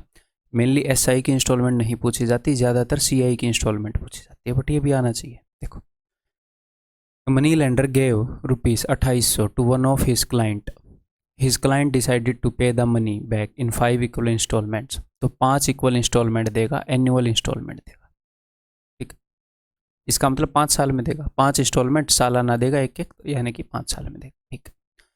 What amount will the money lender receive from his client if the rate of interest is 10%? अगर रेट ऑफ इंटरेस्ट 10% है तो, ठीक है, rate of interest 10% per annum होगी। तो एक बार मैं इस सिचुएशन को क्रिएट कर रहा हूँ, ऐसी ही सिचुएशन को, ये जो रुपए हैं इससे मेरे को फ़र्क नहीं पड़ रहा, मैं अलग से अपने तरफ से एक सिचुएशन क्रिएट करूँगा, फिर उसकी यूनिट्स को मैं इससे कंपेयर करूँगा, ठीक है। तो एक बार देखो जरा, ये है 0 साल पर प्रिंसिपल, पहले साल, दूसरे, तीसरे, चौथे, 5वें, हर साल क्या है, उसने कुछ ना कुछ इंस्टॉलमेंट दी होगी बंदे ने, इक्वल। और 5 साल में उस रुपये को पे कर दिया। तो एसआई और सीआई में आपने ये ध्यान रखना है कि सी एक्चुअल में जो इंस्टॉलमेंट आप दुनिया में जो लेते हो वो सीआई में होती है। बैंक के अंदर सीआई चलता है, कंपाउंड इंटरेस्ट चलता है। एसआई तो बस अपने कॉम्पिटिटिव एग्जाम के अंदर चल रहा है, ठीक है। सीआई के अंदर क्या है, आप आगे भी जा सकते हो, आप पीछे भी जा सकते हो। आप सारे मनी को यहाँ पर कंपेयर करो, यहाँ पर करो, यहाँ पर करो, कोई फर्क नहीं पड़ता, ठीक है। सारे मनी की वैल्यू को यहाँ पर लेकर आ जाओ। हर साल 10% बढ़ रहा है, तो पीछे आते हुए, आगे जाते हुए 11/10, पीछे जाते हुए 10/11, कहीं पर भी सारे मनी की वैल्यू कंपेयर कर लो और आई की वैल्यू निकाल लो। लेकिन एसआई में हम क्या करेंगे, एसआई में हम सिर्फ और सिर्फ आगे जा सकते हैं। ये मैं यहाँ पर वैल्यू नहीं कंपेयर कर सकता, क्यों? क्योंकि सब की वैल्यू तो आगे आएगी, इसकी वैल्यू यहीं रहेगी, लेकिन इसको पीछे आना पड़ेगा, जो कि हम नहीं कर सकते, ठीक है। तो सिंपल इंटरेस्ट की जब इंस्टॉलमेंट हम करते हैं तो हम क्या करेंगे, हम लास्ट वाले साल ही वैल्यू कंपेयर कर सकते हैं। तो यहाँ पर मैं एक अपनी अलग से सिचुएशन क्रिएट करूँगा, जो रेट ऑफ इंटरेस्ट है उसके हिसाब से हम क्रिएट कर रहे होते हैं। 10% पर एनम है, तो मैं ये मान लेता हूँ, मैं ऐसी वैल्यू मानूंगा जिसके अंदर 10% बढ़ाने में आसानी हो। ऐसे मानने को तो मैं 89 मान लूँ, 89 का 10% 8.9 होएगा, तो बिना वजह कैलकुलेशन बढ़ा देगा। तो मैंने क्या किया, मैंने ये मान लिया कि पता नहीं उस बंदे ने कितने रुपए लिए, उसने जितने भी रुपए लिए, मैंने मान लिया कि उसने हर साल 100 रुपये की किस्त दी और चुका दिया मामला। तो देखो, ये जो किस्त दी है, इसका मतलब हुआ क्या, मैंने पी को 5 टुकड़ों में तोड़ा। 5 टुकड़ों में कैसे, ये फर्स्ट टुकड़ा है, ये सेकंड टुकड़ा है, ये थर्ड टुकड़ा है, ये फोर्थ टुकड़ा है, ये फिफ्थ टुकड़ा है। इसके ऊपर 1 साल ब्याज लगा और 100 रुपये बन गए। इसके ऊपर 2 साल, लेकिन लगा सिंपल इंटरेस्ट। अब की बार एसआई की इंस्टॉलमेंट, लेकिन लगा क्या, सिंपल इंटरेस्ट। इसके ऊपर 3 साल ब्याज लगा और ये बन गया। इसके ऊपर 4 साल ब्याज लगा और ये बन गया। तो सिंपल इंटरेस्ट कैसे लगता है, अगर 1 साल का 10% है तो 4 साल का 40%, ठीक है। तो इस रुपये के ऊपर सिर्फ 1 साल का ही ब्याज लगा हुआ है, इसके ऊपर 2 ही साल का लगा हुआ है, इसके ऊपर 3 ही साल का ब्याज लगा हुआ है। तो मैं क्या करूँगा, मैं ये करूँगा, मैं हर एक रुपये के ऊपर 5 साल का ब्याज लगाना चाह रहा हूँ। मैं हर एक रुपये की वैल्यू को यहाँ पर कंपेयर करना चाह रहा हूँ। तो अगर 4 साल के बाद उसने 100 रुपये दिए, तो अगर यही रुपये वो 1 और साल के बाद देता तो वो 110 रुपये देता। इस रुपये की वैल्यू आज 100 रुपये है, 1 साल बाद, चौथे साल में 100 रुपये है, 1 साल में मनी के ऊपर ब्याज लग रहा है 10%, तो 110 होगी। इसकी कितनी होएगी भाई 2 साल बाद, 120। इसकी कितनी होएगी, 130। इसकी कितनी होएगी, 140। ठीक, क्लियर है। तो ये मैंने क्या कैलकुलेट कर लिया, ये मैंने कैलकुलेट कर लिया कि अगर इंस्टॉलमेंट्स में ना देकर 5वें साल में सारा रुपया दे, अगर पहले साल में 100 रुपये दिए हैं तो 4 साल के बाद अगर वो देगा तो 140 देगा। तो मैंने ये कैलकुलेट कर लिया कि इंस्टॉलमेंट में ना देकर अगर 5वें साल में सारा रुपया दे तो वो कितना देगा, ये एपी बन गई ना, तो इसकी एवरेज है 120, तो 120 × 5 600, उसको 600 रुपये देने पड़ेंगे। ये क्या है, ये है अमाउंट, ये क्या है अमाउंट, और ये क्या है इंस्टॉलमेंट की वैल्यू। इंस्टॉलमेंट की एक्चुअल वैल्यू 100 रुपये ही है। तो मैंने ये देखा ना कि इस रुपये को यहाँ पर देगा तो कितनी वैल्यू बनेगी, ठीक है जी। तो ये इंस्टॉलमेंट की वैल्यू है, ये अमाउंट है। उसने हमें बताया है जी प्रिंसिपल, ये उसने प्रिंसिपल बताया है, तो मैं प्रिंसिपल को एक बार अमाउंट में कन्वर्ट कर लूँ। अमाउंट में कैसे कन्वर्ट करूँगा, इस प्रिंसिपल की वैल्यू भी मैं 5 साल के बाद देख रहा हूँ कि यहाँ पर इसकी वैल्यू क्या बन जाएगी। तो ये है 2800 रुपये, 1 साल में ब्याज बन रहा है मेरे भाई 10%, तो 5 साल में बन जाएगा 50%, तो अमाउंट बन जाएगा 150%, यानी कि 3/2, 150/100, ये अमाउंट है। अब ये 600 रिप्रेजेंट करता है इसको, 600 यूनिट की ये वैल्यू है, मुझे निकालनी है 100 यूनिट की वैल्यू। 600 यूनिट की वैल्यू पता है, 100 यूनिट की निकालनी है, 6 से डिवाइड कर दूँ, 1/6 की निकालनी है, तो ये आपका आंसर हो जाएगा। दिस इज योर आंसर, ठीक है भाई। 3 दूनी 2 दूनी 4 होता है, 4 7 28, 700 इज द आंसर। क्लियर है। दोबारा से समझने के लिए एक बार फिर से रिपीट कर सकते हो। अब इसी समझ के ऊपर ये देखो, एक ICR के अंदर एक क्वेश्चन पूछा गया था, इसे करने की कोशिश करो। A sofa set is available for 48,500, या तो 48,500 रुपये कैश दे दो अभी के अभी, या फिर क्या करो, इतने रुपए कैश दे दो, बाकी रुपए उधार पे उठा लो। तो 48,500 minus 10,500, this minus this is 38,000। तो 38,000 रुपये बंदे ने उधार पे उठा लिए। अब इन रुपयों को वो किस्तों में पे करेगा। पर्सनली अगर रुपए नहीं है तो सोफा नहीं लाना चाहिए। 3 इक्वल मंथली इंस्टॉलमेंट। तो अब की बार मंथली इंस्टॉलमेंट है तो इससे डरना नहीं, मंथली रेट निकाल लो, सिंपल है। तो सालाना इंस्टॉलमेंट है, सालाना रेट निकालो। 6 महीने की इंस्टॉलमेंट है, 6 महीने का रेट निकाल लो। उसके हिसाब से देख लो कितनी बार इंस्टॉलमेंट लगेगी। 3 इंस्टॉलमेंट लगेंगी, ठीक है, और मंथली लगेंगी। तो सालाना रेट कितनी है, 16% पर एनम, 12 महीने की। तो 1 महीने की कितनी होगी सर, 1 महीने की होगी इतनी। ये रेट परसेंट है, लेकिन ये गंदा सा आया 4/3। तो इसको फ्रैक्शन में कन्वर्ट कर लो। फ्रैक्शन में कैसे कन्वर्ट करते हैं, 100 से डिवाइड करके। देखो जी, 4 चौके 16, 4 तिये 12, 4 से जाएगा 25 पर, यानी कि 1/75। ये फ्रैक्शन है। 75 रुपीज़ पर 1 रुपया ब्याज लग रहा है। रेट हमारी कुछ ऐसी है कि 1 महीने में 75 रुपीज़ पर 1 रुपया ब्याज लग रहा है। तो मैं यहाँ पर जो अपनी इंस्टॉलमेंट्स हैं उनको मैं क्या मानूंगा, मैं ये मानूंगा कि 75 रुपये की इंस्टॉलमेंट है। आपको ये पूरा स्ट्रक्चर बनाने की जरूरत नहीं है एग्जाम में, यहाँ पर मैं समझाने के लिए बना रहा हूँ। मान लो 0 साल में उसका कुछ प्रिंसिपल था, ये पहले साल में उसने इंस्टॉलमेंट दी, दूसरे में पहले महीने, दूसरे महीने, तीसरे महीने। तो मैंने ये मान लिया कि इंस्टॉलमेंट 75 है ताकि इसके ऊपर मैं ब्याज इजीली लगा पाऊँ। 75 के ऊपर 1 रुपया ब्याज लग रहा है 1 महीने में। तो ये 75 1 महीने में कितना हो जाएगा, 76। ये 2 महीने में कितना हो जाएगा, 75 पर 1 महीने में 1, तो 2 महीने में 2, 77। तो नेट यहाँ पर अमाउंट कितना आ गया भाई, एपी में है, एवरेज है ये। तो 76 × 3, 3 × 18, 3 × 7 21 और 1 22, यानी कि सारे रुपये का अमाउंट ये बन जाएगा। जो भी रुपया उस बंदे ने उधार लिया है उसका 3 महीने के अंदर ये अमाउंट बनना चाहिए। ये सिंपल सी बात है। उसको रिप्रेजेंट करता है 228 अमाउंट को, और इंस्टॉलमेंट को रिप्रेजेंट करता है 75। ठीक है भाई। तो इसका अमाउंट देखो, प्रिंसिपल है ये, अमाउंट कैसे बताऊं, 1 महीने में ब्याज लग रहा है 75 के ऊपर 1, तो 3 महीने में ब्याज लगेगा। मान लो 1 महीने में 1/5 ब्याज लग रहा है, तो 3 महीने में 3/5 लगता है। तो यहाँ पर 3 महीने में ब्याज लगेगा 3/75, 75 के ऊपर 3। अगर 3/75 ब्याज है तो अमाउंट कितना होएगा, 1 जोड़ोगे इसके अंदर, 75 + 3, 78/75 ना। तो ये अमाउंट हो गया टोटल। तो अमाउंट को क्या रिप्रेजेंट करता है, 228। 1 यूनिट की वैल्यू क्या हो गई, 228। कितने यूनिट की वैल्यू निकालनी है, 75 यूनिट की। That's it. इसे सोल्व कर दो, यही पूछ रहा है वो।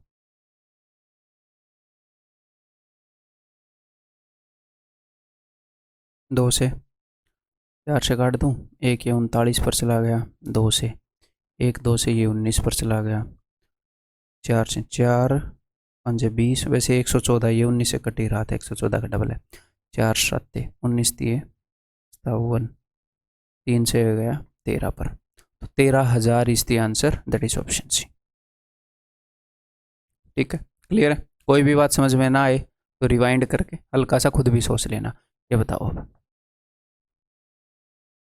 Calculate the difference between the compound interest and the simple interest on a sum of 5,000 at the rate of 8% for 3 years. 3 साल में क्या डिफरेंस होएगा। तो मैं आपको बता देता हूँ कि 2 साल में, ये एक्चुअल में साल का डिफरेंस नहीं होता, ये एक्चुअल में डिफरेंस होता है कंपाउंडिंग का। अगर सालाना कंपाउंड कर रहे हो तो 3 साल में क्या फ़र्क आएगा, 3 कंपाउंडिंग में, महीने 1 महीने में कंपाउंड इंटरेस्ट लगाओगे हर महीने में, तो 3 महीने में ही वो डिफरेंस आ जाएगा। तो जब आप 3 बार कंपाउंड करते हो, 3 बार अगर कंपाउंडिंग हो रही है, सालाना हो रही है, तो 3 साल में फ़र्क आएगा। तो डिफरेंस आता है भाई साहब। देखो इस तरीके से बताऊँ मैं आपको, ऐसे बता देता हूँ। देखो सिंपल इंटरेस्ट क्या होता है 3 साल का, मान लो 1 साल का ब्याज जो है ये अपने पास प्रिंसिपल है, ये प्रिंसिपल है, ठीक है। ये प्रिंसिपल के ऊपर मैंने ब्याज लगाया तो I1 पहली स्टेज का ब्याज, ये मैंने इसके ऊपर ब्याज लगाया तो I2 दूसरी स्टेज का, ये तीसरी स्टेज का I3। तो ये मतलब कि प्रिंसिपल के ऊपर ब्याज लगाएं तो I1 आता है, I2 के ऊपर ब्याज लगाएं तो I2, I1 के ऊपर ब्याज लगाएं तो I2, I2 के ऊपर ब्याज लगाएं तो I3। ये ब्याज है, ये उसका बेटा है, ये उसका पोता है, ब्याज के ऊपर ब्याज। तो सिंपल इंटरेस्ट क्या होएगा, 3 साल का सिंपल इंटरेस्ट होएगा कि भाई 3I1। क्लियर है। और कंपाउंड इंटरेस्ट मैंने आपको बता रखा है कि भैया 3:3:1 रेशियो यूज करना है, 3:3:1, जिसमें ये होता है I1, ये होता है I2, ये होता है I3। मैं किसको I1 I2 I3 बोल रहा हूँ, समझ गए ना? ब्याज, ब्याज के ऊपर ब्याज, उसके ऊपर ब्याज। तो इन दोनों के अंदर ये तो सेम ही है ना, तो डिफरेंस ये आता है। तो SI और CI में पता है क्या फ़र्क होता है? SI और CI में फ़र्क होता है 3I2 + I3 का। SI और CI में D3 इसको बोलते हैं, D3 यानी कि 3 कंपाउंडिंग का फ़र्क, दैट इज मतलब हम बोल सकते हैं D3, वैसे तो हम कुछ भी बोलते हैं, 3I2 + I3। ऐसे ही अगर आप 2 साल का देखोगे, 2 बार अगर कंपाउंडिंग हो रही है मेरे भाई, तो सिंपल इंटरेस्ट क्या होगा? तो सिंपल इंटरेस्ट होगा भाई, सिंपल इंटरेस्ट तो हर साल I1 ही होएगा, इसमें तो ब्याज पे ब्याज लगता नहीं, तो वो हो जाएगा 2I1। लेकिन कंपाउंड इंटरेस्ट का मैंने आपको रेशियो बता रखा है 2:1, तो 2I1 एंड 1I2, तो सिर्फ यही फ़र्क है। तो 2 साल में जो फ़र्क आता है वो होता है I2। तो आपको ये सिर्फ ऐसे रटना नहीं है, आपको ये समझना है कि 3 साल में जो फ़र्क आता है वो होता है कि जो ब्याज के ऊपर ब्याज है, जो सेकंड जनरेशन का ब्याज है वो 3 बार, और थर्ड जनरेशन का ब्याज 1 बार। यहाँ पर ब्याज के ऊपर जो ब्याज लगता है वही। तो इसको मैं ऐसे बोल सकता हूँ, देखो जो प्रिंसिपल है, मान लो रेट जितने भी परसेंट है, रेट R% है, उसका अगर मैं R% निकाल लूंगा तो ये क्या आ जाएगा? मान लो रेट 10% है, प्रिंसिपल का 10% निकाला तो क्या आ जाएगा? 1 साल का ब्याज। तो ये क्या आ गया? ये ब्याज ही तो आ गया, प्रिंसिपल का R%। अब उसका फिर से R% निकाल दूं, ब्याज के ऊपर फिर से R% निकालूं, तो I2 ही तो आ गया। यही तो है 2 साल का फर्क, ब्याज के ऊपर ब्याज। प्रिंसिपल PR/100 जिसको बोलते हैं, आप ऐसे भी इसको फॉर्मूले को कर सकते हो। रिवाइज करवा रहा हूं, यहाँ पर सिखा तो नहीं रहा हूं। क्लियर है? ये बात समझ में आ गई? अब आगे बढ़ जाएं, क्वेश्चन को करें। देखो जी, calculate the difference between the compound interest and the simple interest on a sum of 5000 at the rate of 8% for 3 years. तो हमें पता है कि क्या डिफरेंस होता है। डिफरेंस होता है I2 और I3 का, 3I2 और 1I3। तो सबसे पहले मैं क्या निकालूंगा? प्रिंसिपल ये है, मैं इसका 8% निकालूंगा, यानी कि I1 निकालूंगा। तो इसका 8% कितना है? इसका 1% है 50, तो ये हो जाएगा 400। लेकिन हमें इसे लेना देना नहीं, डिफरेंस निकालने के लिए हमें इसे लेना देना नहीं है। अब मैं इसका 8% निकालूंगा, जो कि होएगा 32। अब मैं इसका 8% निकालूंगा, इसका 1% क्या होता है? इसका 1% होता है 0.32, तो उसको मैं 8% से गुणा करूंगा। 8 दूनी 16, 8 3 24 और 1 25, 2.56। तो 32 इंटू 3 96, प्लस में 2.56 98.56, लगभग लगभग 99 रुपये का फर्क आएगा। ठीक, क्लियर है? बात समझ में आ गई? आपको सिर्फ ये ध्यान रखना है कि जो D3 है, दैट इज 3I2 + I3। ये बताओ, the difference between the compound and the simple interest for 3 years eight the rate of 20% per annum. तो अब की बार इन्होंने क्या बता दिया? अब की बार इन्होंने डिफरेंस बता दिया। तो जब भी ये ऐसा काम करें, what is the principal rent, जब भी ऐसा काम करें तो आपने क्या करना है मेरे भाई? ऐसी एक सिचुएशन क्रिएट कर लो, यहाँ पर रेट क्या है वो हम रेट के अकॉर्डिंग करेंगे। रेट है 20% पर एनम, तो मैं ये करता हूँ, देखो principal I1 I2 I3, rate है 1/5, तो मैंने इसको 1 मान लिया, क्योंकि नीचे आते हुए 1/5 होएगा सब कुछ, रेट 1/5 है, तो मैंने नीचे 1 मान लिया और मैं ऊपर जाते हुए हर एक चीज़ को 5 गुना कर रहा हूँ। ये अगर 1 हुआ तो ये 5 होगा, ये 25 होगा, ये 125 होगा। अगर प्रिंसिपल 125 है तो I1 25 है, I2 5 है, I3 1 है। और फर्क कितना होता है? फर्क होता है 3I2 + I3। तो 3 5 15 और 1 16, तो D3 क्या फर्क आ जाएगा? डिफरेंस वो हो जाएगा 5 3 15 और 1 16। अगर प्रिंसिपल 125 है तो डिफरेंस 16 होता है। मैंने एक सिचुएशन क्रिएट कर ली इस रेट के हिसाब से। 3 साल में इन्होंने बताया कि डिफरेंस इतना है, यानी कि 16 की वैल्यू ये है, तो प्रिंसिपल बताओ। तो ठीक है, 1 यूनिट की वैल्यू हो जाएगी ये, और प्रिंसिपल की वैल्यू हो जाएगी ये। वो कुछ भी पूछ लेते हैं उसके बाद। तो 16 से कट ही रहा होगा, 16 दूनी कट रहा है क्या? 16 नहीं कट रहा, पॉइंट में है 432, 16 दूनी 32, 13 में से अच्छा 11 चले जाएंगे, 16 7 यहाँ कट रहा है, 27 × 125। ठीक, 27 से कई से गुणा करें भैया, कर लेते हैं, अब क्या करें। 27 पंजे कितना होता है? 135, 13, 27 दूनी 54 और 13 67, 6 3375। क्लियर है?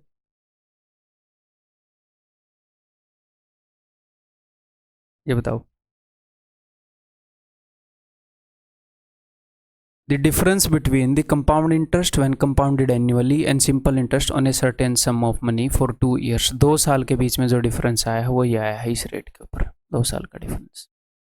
ठीक है, व्हाट इज द सम, तो सम कितना है? तो सिंपल वही 2 साल का जो डिफरेंस होता है वो क्या होता है, दैट इज I2, ब्याज के ऊपर ब्याज।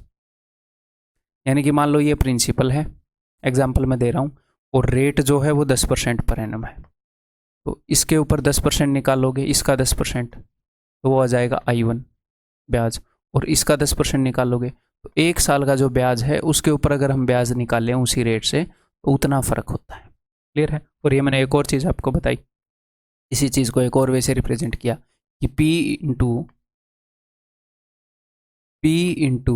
R अपॉन 100 का स्क्वायर इज इक्वल टू जो डिफरेंस होता है वो डिफरेंस D2। तो बस यहीं पर वैल्यू सी पुट करनी है, हमें क्या बताना है, प्रिंसिपल बताना है ना। तो P इंटू आर क्या है भाई, 4.2, तो 4.2 अपॉन 100, इसको मैं एक बार सोल्व कर लूँ तो हो जाएगा 2 से 21/500, तो 21/500 गुना में 21/500 is equal to 8.82, that's it. काट लो अब इसको।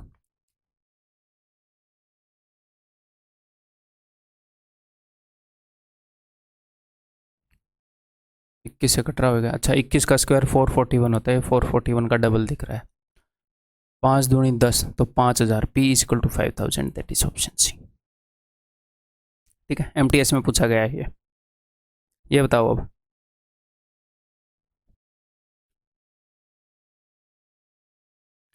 एक और चीज़ हमें एक बात पता है क्या, कि जो डिफरेंस होता है D2, 2 बार कंपाउंडिंग में जो डिफरेंस आता है that is P into R upon 100 जो होता है उसका स्क्वायर। तो कभी कभी वो क्या करता है, आपको इन 3 में से कोई भी 2 वैल्यू बताता है, तो कभी कभी वो आपको डिफरेंस बता देगा, प्रिंसिपल बता देगा, और कई बार है कि वो आपसे रेट पूछ रहा होता है कि भाई बताओ रेट क्या है।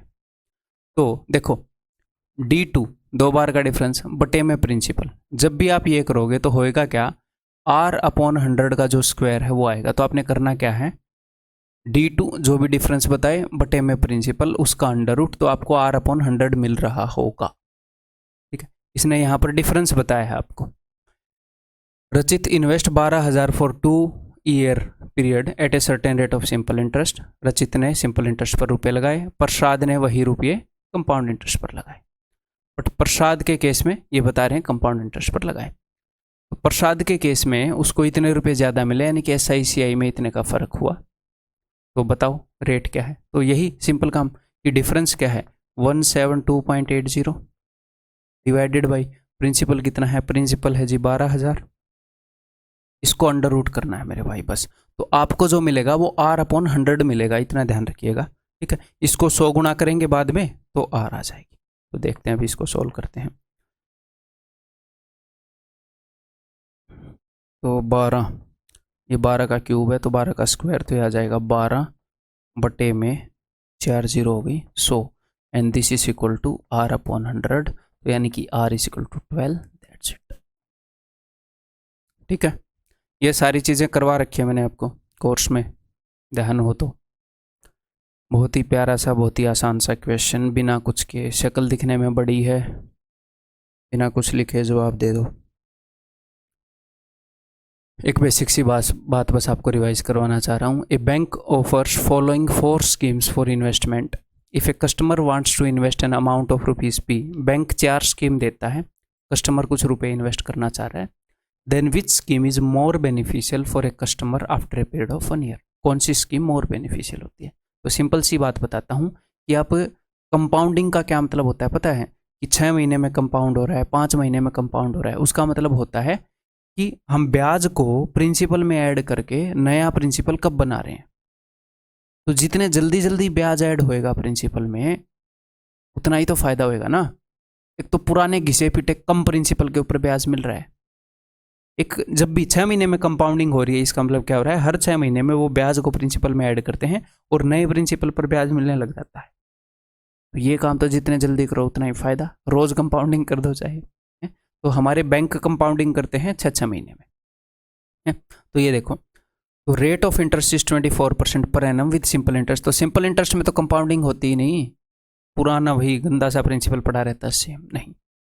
रेट ऑफ इंटरेस्ट 24% पर annum, compounded annually, compounded half yearly, compounded quarterly. तो ये जीतेगा, हर एक 3-3 महीने में कंपाउंडिंग कर रहे हैं तो यहाँ पर ज़्यादा फायदा होगा कस्टमर को। अगर हर एक महीने में करते तो और ज़्यादा फायदा, हर एक दिन में करते तो और फायदा, हर एक घंटे में करते तो और ज़्यादा फायदा। ठीक है, तो यहाँ पर क्या है, कौन सी है, scheme 1, that is option D. अब यहाँ पर कई बंदे जल्दबाजी में स्कीम 1A पर ही मार देंगे। ये बताओ, the sum of the simple interest and the compound interest on ₹5600, okay, at the same rate of interest per annum for 2 years. अच्छा, SI और CI का सम बता दिया। When in case of compound interest it is compounded annually, what is the rate of interest per annum, और उसने rate पूछ ली।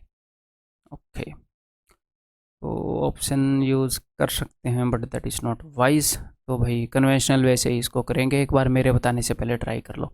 ये क्या है, ये SI और CI का सम है, 2 साल के SI और 2 साल के CI का सम है। मुझे रेट निकालनी है, तो रेट को मैंने मान लिया है R% पर एनम। ठीक है, तो SI कितना लगता है परसेंटेज में, मैं आपसे पूछ रहा हूँ। अगर रेट R% है तो SI लगता है 2R% कुल मिलाकर, है ना, इतना ही लगता है। प्लस CI कितना लगता है, आपको पता है कि अगर रेट R% है तो हम वही फॉर्मूला लगाते हैं इनको कंबाइन करने के लिए, R प्लस R यानी कि 2R plus R into R upon 100 यानी कि R² अपॉन 100। तो CI कितना लगता है, CI लगता है 2R प्लस R² अपॉन 100। ये सारा मामला परसेंटेज में है फिलहाल। ओवरऑल कितने परसेंट हो गया ब्याज, ओवरऑल ब्याज हो गया 4R प्लस R² अपॉन 100%। ये हो गया 400R plus R² upon 100%। Sir ये क्वेश्चन कहाँ से ले आए, MTS का क्वेश्चन है भाई, 2022 का, मैं कहीं से नहीं लाया। क्लियर है, तो ये परसेंटेज में ब्याज है, इतने परसेंट ब्याज लगा है। अब हम देखेंगे, देखो, तो 5600 रुपये का इतना परसेंट निकालना है। अगर 5600 रुपये का 1% कितना है, 1% है 56। तो 5600 रुपये का 5600 का 12% निकालना हो तो 1% को 12 से गुना कर दो। तो इतने परसेंट निकालना है तो 1% को इतने से गुना कर दो, तो टोटल इतना ब्याज लगेगा। इस 5600 का मैं इतने परसेंट निकाल रहा हूँ, तो टोटल ब्याज लगेगा 400R प्लस R²। वैसे R मेरे को कॉमन ले लेना चाहिए, यहीं पर साफ साफ दिख रहा है, दोनों में R कॉमन है। दैट इज इक्वल टू, इसके ऊपर जो ब्याज लगा वो बन गया इतना। ठीक है भाई, अब इसकी थोड़ी सी कैंसिलेशन करेंगे। 100 से 100 गया, ये 56 से भी कट ही रहा होगा। 8 7 56, 8 दूनी 16, 8 5 40, 8 7 56, 5 और 3 हो गया, 8 6 48, 8 7 56, 7 7 3 21, 7 6 42, 7 8 56, 7 1 7। ठीक है जी, 3681। तो यहाँ से मैं क्या करूँगा, यहाँ से मैंने R कॉमन ले लिया, अंदर बच गया 400 प्लस R।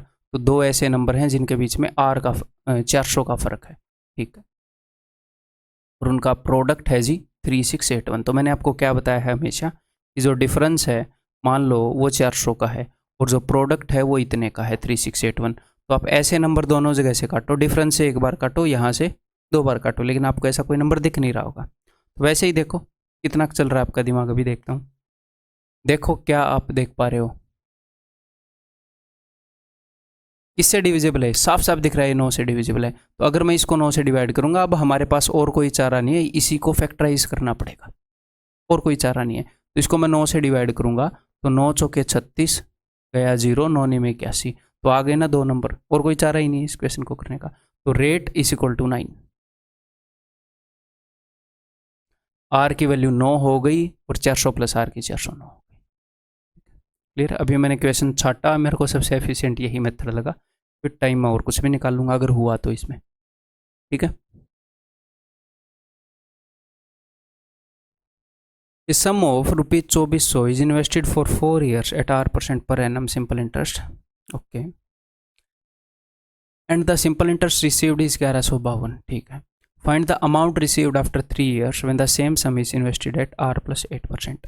ये बोल रहे हैं कि 4 साल में जो ब्याज लगा वो इतना लगा और कुछ रेट थी। ठीक है, इसी अमाउंट को इन्वेस्ट कर दिया, इसी अमाउंट को इन्वेस्ट कर दिया, मतलब इसी सम को इतने ही रुपये को 3 साल के लिए, और रेट इन्होंने बदल दी। तो मैं क्या करूँगा, पहले टाइम को मैनेज कर लूँ। अगर 4 साल में इतना ब्याज लगा तो 1 साल में कितना ब्याज लगा होगा, तो 1 साल में ब्याज लगा होगा इतना। अगर रेट सेम है तो, अगर रेट सेम है तो उसी रेट पर 4 साल में अगर इतना ब्याज लगा तो 1 साल में इतना लगा, 3 साल में इतना लगा। तो अगर रेट सेम है तो मैंने 3 साल का ब्याज लगा दिया। अब बोलोगे हाँ जी सर आपने लगा दिया, अब बस मुझे ये और एडजस्ट करना है कि यार 8% ज़्यादा का निकालना था, तो मैं 8% का निकाल चुका हूँ। 8% ज़्यादा यानी कि 3 साल में कितना, 8 3 24, 24% और मेरे को ऐड करना है इसके अंदर। इसका 24% जो भी अपना अमाउंट था, अमाउंट कितना है अपना, वो है 2400, तो 24 × 24 है ना, उसका 1% 24 है, तो 24 × 24, बस यही आंसर है अपना। इसको बता देंगे। इसने पूछा क्या है, सिंपल इंटरेस्ट ही पूछा है। Find the amount received after 3 years. हाँ, तो अमाउंट बताएंगे यानी कि इस 2400 के अंदर ऐड भी करेंगे, तो भी कैलकुलेट कर लेते हैं। 4 दूनी 4 8 4 8, ठीक है जी। तो 3 8 24, 28 दिए 84, और 2 86, ये 576 होता है, और वो 2400 है।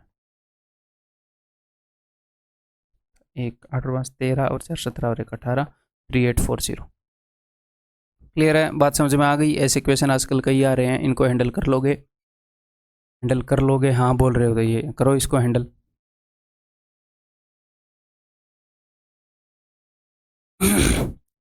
At simple interest, an amount of 708 becomes 944 in 4 years। 708 रुपये का 944 बन गया, ठीक, 4 साल में। If the rate of interest is increased by 5%, then the amount of 675 will increase to how much in 4 years। तो देखो टाइम सेम ही है, 4 ईयर्स टाइम अलग होता तो उसे भी हम देख लेते।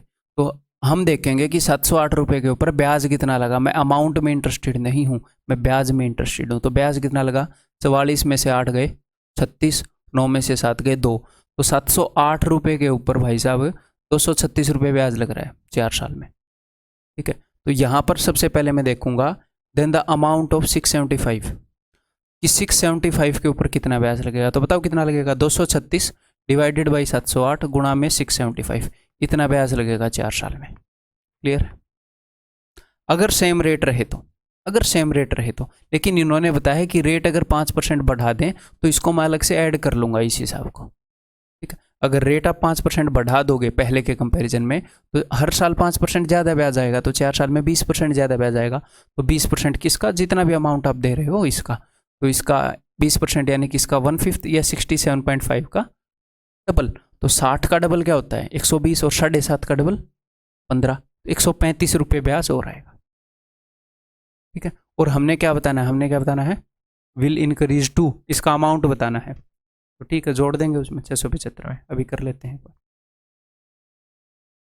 किससे काटो इसको, 4 से, 4 एकम 4 7 4 7 4 5 4 9, 3 5 15, ये कट रहा है 3 पर, और 3 से जाएगा 225, तो 200 और एक 360, 360 ये टोटल हो गया, और 675, 1035, ऑप्शन सी। बताओ। Karun borrowed 12,000 from Varun and 15,000 from Tarun, each for 2 years. इसने 12,000 एक बंदे से लिए, 15,000 एक बंदे से लिए, ईच फॉर 2 ईयर्स, ठीक है। Same rate of simple interest per annum. If he paid an interest of 1680 to Varun at the end of 2 years, then what is the interest that Karun paid to Tarun at the end of 2 year. मैं simple बात बताता हूँ, एक बंदे से इतने रुपए लिए, एक बंदे से इतने रुपए लिए, दोनों से 2 साल के लिए लिए, और दोनों से सेम रेट पर लिए। अगर इसके ऊपर इतना ब्याज बना तो उसके ऊपर कितना ब्याज बना। तो सिंपल सी बात है भैया, जिस रेशियो में प्रिंसिपल है उसी रेशियो में ब्याज होएगा, बाकी सारी चीज़ें तो कांस्टेंट है। ब्याज जो है वो किस किस चीज़ पर डिपेंड करता है। सिंपल इंटरेस्ट का फॉर्मूला क्या होता है, P × R × T अपॉन 100, 100 तो कांस्टेंट हो गया। तो सिंपल इंटरेस्ट डायरेक्टली प्रोपोर्शनल होता है P, R और T के। तो इसने रेट को भी सेम बता दिया, टाइम को भी सेम बता दिया, तो जिस हिसाब से प्रिंसिपल वेरी करेगा उसी हिसाब से SI वेरी करेगा, सिंपल सी बात है।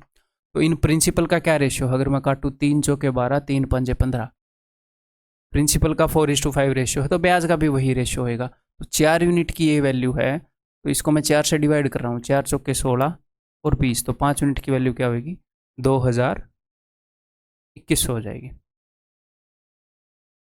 सिंपल, ठीक है, क्लियर है।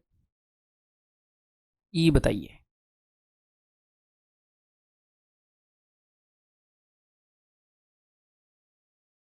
A sum of 18,500 is invested at X% per annum simple interest and another sum which is twice the double। पहले वाले सम से डबल एक सम है उसको इन्होंने इन्वेस्ट कर दिया X+2% पर। आपको एक बात पता होनी चाहिए कि मान लो 2x का मैं 10% निकाल लूँ या फिर x का 20% निकाल लूँ, एक ही बात है। या फिर मैं 4x का 5% निकाल लूँ, एक ही बात है ना। यानी कि यहाँ से 2 को उठा के वहाँ भेज दूँ या यहाँ से 2 को उठा के यहाँ भेज दूँ, एक ही बात है। यहाँ से मैंने 2 उठा के यहाँ भेज दिया, यहाँ से 5 उठा के यहाँ भेज दूँ, यहाँ से 5 उठा के यहाँ पर भेजूँगा, तो 10x का मान लो 5 बचा तो 2 ही बच जाएगा, 2% इज सेम। ठीक, क्लियर है जी। तो यहाँ पर इसने क्या बताया, 18,500 को उसने X% पर दिया और इससे डबल रुपये को, तो इससे डबल रुपये को उसने X+2% पर दिया। तो आप ये मान लो इससे डबल के ऊपर इतने का ब्याज लग रहा है, तो इसके अगर मैं 18,500 के टर्म में देखूं कि 18,500 के टर्म में वो कितने परसेंट होगा, इससे डबल रुपये के लिए वो ये है, मान लो ये x है तो 2x के ऊपर इतना परसेंट है, 2x के लिए इतने परसेंट वैल्यू है, तो 2 को अगर मैं उधर भेज दूंगा तो वो x के लिए कितने परसेंट हो जाएगा। यानी कि मैं कहना क्या चाह रहा हूँ, मनी यहाँ पर डबल है। पहली स्थिति में ब्याज लग रहा है 18,500 पर X%, दूसरी स्थिति में इसके डबल पर इतने परसेंट था, तो मैंने कैलकुलेट कर लिया कि इसके हिसाब से 2 × X+2% होगा। ठीक, okay. If the interest received on these investment after 3.5 year, 3.5 साल के बाद जो इंटरेस्ट रिसीव हुआ है वो इतने रुपये हुआ है, 3.5 यानी कि 7/2 ईयर्स में। तो एक साल में कितना होएगा, तो एक साल में होएगा, इसको डिवाइड कर दो 25900 को 7/2 से। क्लियर है, ये एक साल का ब्याज है रुपये में। और यहाँ पर एक साल का परसेंटेज में कितना बना है, परसेंटेज में बना है x+2x यानी कि 3x + 4%। 3x + 4% किसका, इसका, तो इसका 3x + 4% निकाल लूँ, 3x + 4% निकालना है, उसका 1% कितना है 185, तो बस आ गया। उसके 1% को मैंने 3x + 4 से मल्टीप्लाई कर दिया, उसका इतने परसेंट, x के टर्म में ब्याज इतना आया और यहाँ पर इतना आया एक साल का, उसको मैंने इक्वेट कर दिया बस।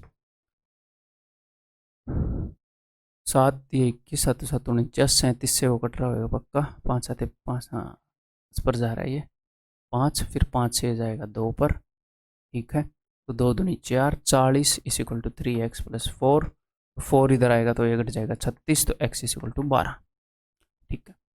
तो the rate of interest per annum on the second investment पर रेट ऑफ इंटरेस्ट कितना है, यानी कि X+2 पूछ रहा है वो, तो अगर x की वैल्यू 12 है तो 14 इज द आंसर। ठीक, क्लियर है। ये बताओ, ये देखता हूँ कितने लोग करेंगे, उसी अंडरस्टैंडिंग के ऊपर बेस्ड है।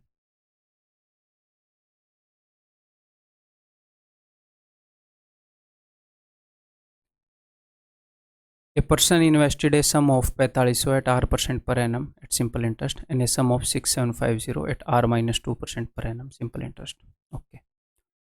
If the total interest earned on both the investment for 5 years is this, then the average of the rate of interest, ठीक है, इसको बाद में देखेंगे, जो भी ये पूछ रहा है पहले मार की वैल्यू निकाल लें, आर से रिलेवेंट क्वेश्चन है।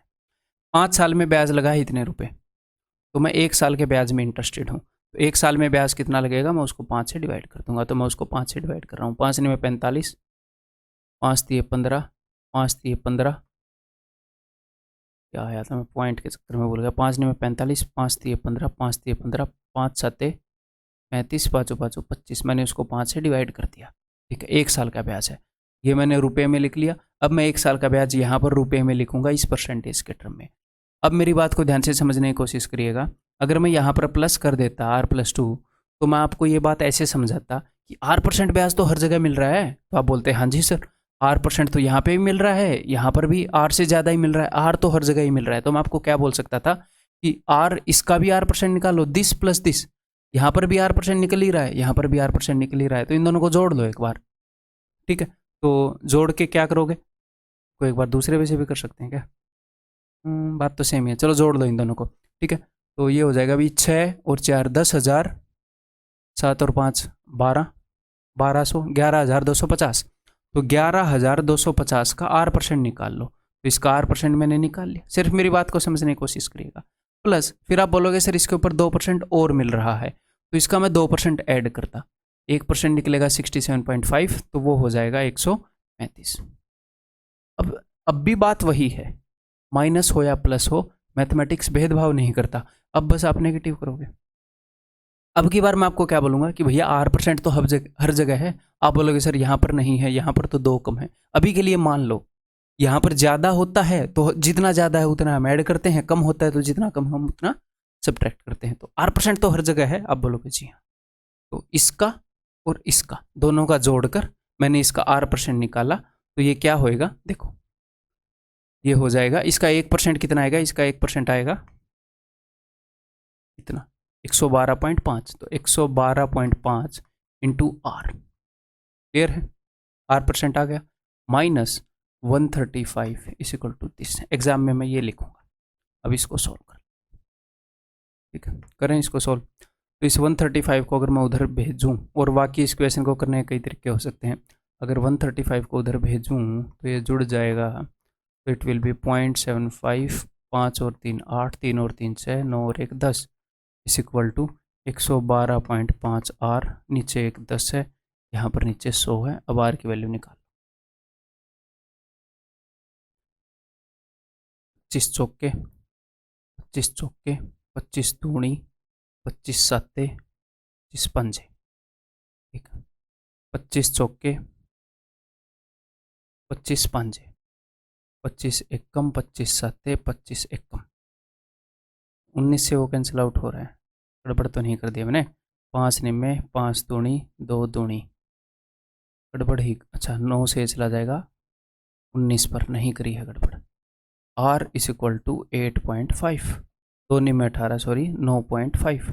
अब उसने क्या पूछा है, उसने हमसे पूछा है average, then the average of rate of interest on both the investment, इन दोनों की एवरेज R-2 और R की एवरेज, तो वो क्या होगी, इन दोनों के बीच में होगी, यानी कि R-1, R-1 की वैल्यू पूछी है, यानी कि 9.5 माइनस 1 8.5, ऑप्शन डी। अब ये आने के बाद कई स्टूडेंट 9.5 मार देंगे, तो थोड़ा सा ध्यान रखा करो जब आप एंड में आंसर टिक करते हो। ठीक, तो यहाँ पर अपना SICI ख़त्म हो गया है। तो मैं जितने भी वीडियोस आपको दूंगा इनका बेस्ट यूज़ करिएगा, इनमें आपको कुछ नई बातें भी सीखने को मिलेंगी, और ये नहीं है कि अब आप एग्ज़ाम में जाकर नॉलेज की कमी के कारण आप ख़राब परफॉर्म करोगे। आपने नॉलेज जितनी लेनी थी आप ले चुके हो, फिर सर इन वीडियोस को क्यों देखें। अगर आपको किसी टॉपिक को दोबारा टच करना है, एक बार फिर से थोड़ी सी प्रैक्टिस करनी है, क्योंकि रिवीजन प्रैक्टिस जितना करो उतना ही कम होता है। ठीक है, किसी ने 10 बार किया, अगर वो 12 बार कर लेगा तो वो और बेटर हो जाएगा, 15 बार कर लेगा तो और बेटर हो जाएगा। तो जब तक हमारा एग्ज़ाम हो नहीं जाता तब तक हमें करता रहना चाहिए रिवीजन। ठीक है, तो ये लेटेस्ट पैटर्न के ऊपर बेस्ड क्वेश्चन है, तो इनके थ्रू आपकी और प्रैक्टिस हो जाएगी, जो एग्जैक्टली सेम आपके कंसेप्ट हैं वही रिवाइज होते रहेंगे। ठीक है, और बाकी अलग आपका दिन में जो काम है कि मॉक टेस्ट देना, उसको एनालाइज करना, ठीक है, जहाँ पर कमी है उसके बारे में पढ़ना, उसके बाद जिस भी चैप्टर को रिवाइज करना चाह रहे हो मैथ के को, आप इन वीडियोस के थ्रू रिवाइज कर सकते हो। ठीक है, ऐसे ही मैं आगे और भी वीडियोस लाता रहूँगा इसी तरह के। मिलते हैं अगले वीडियो के।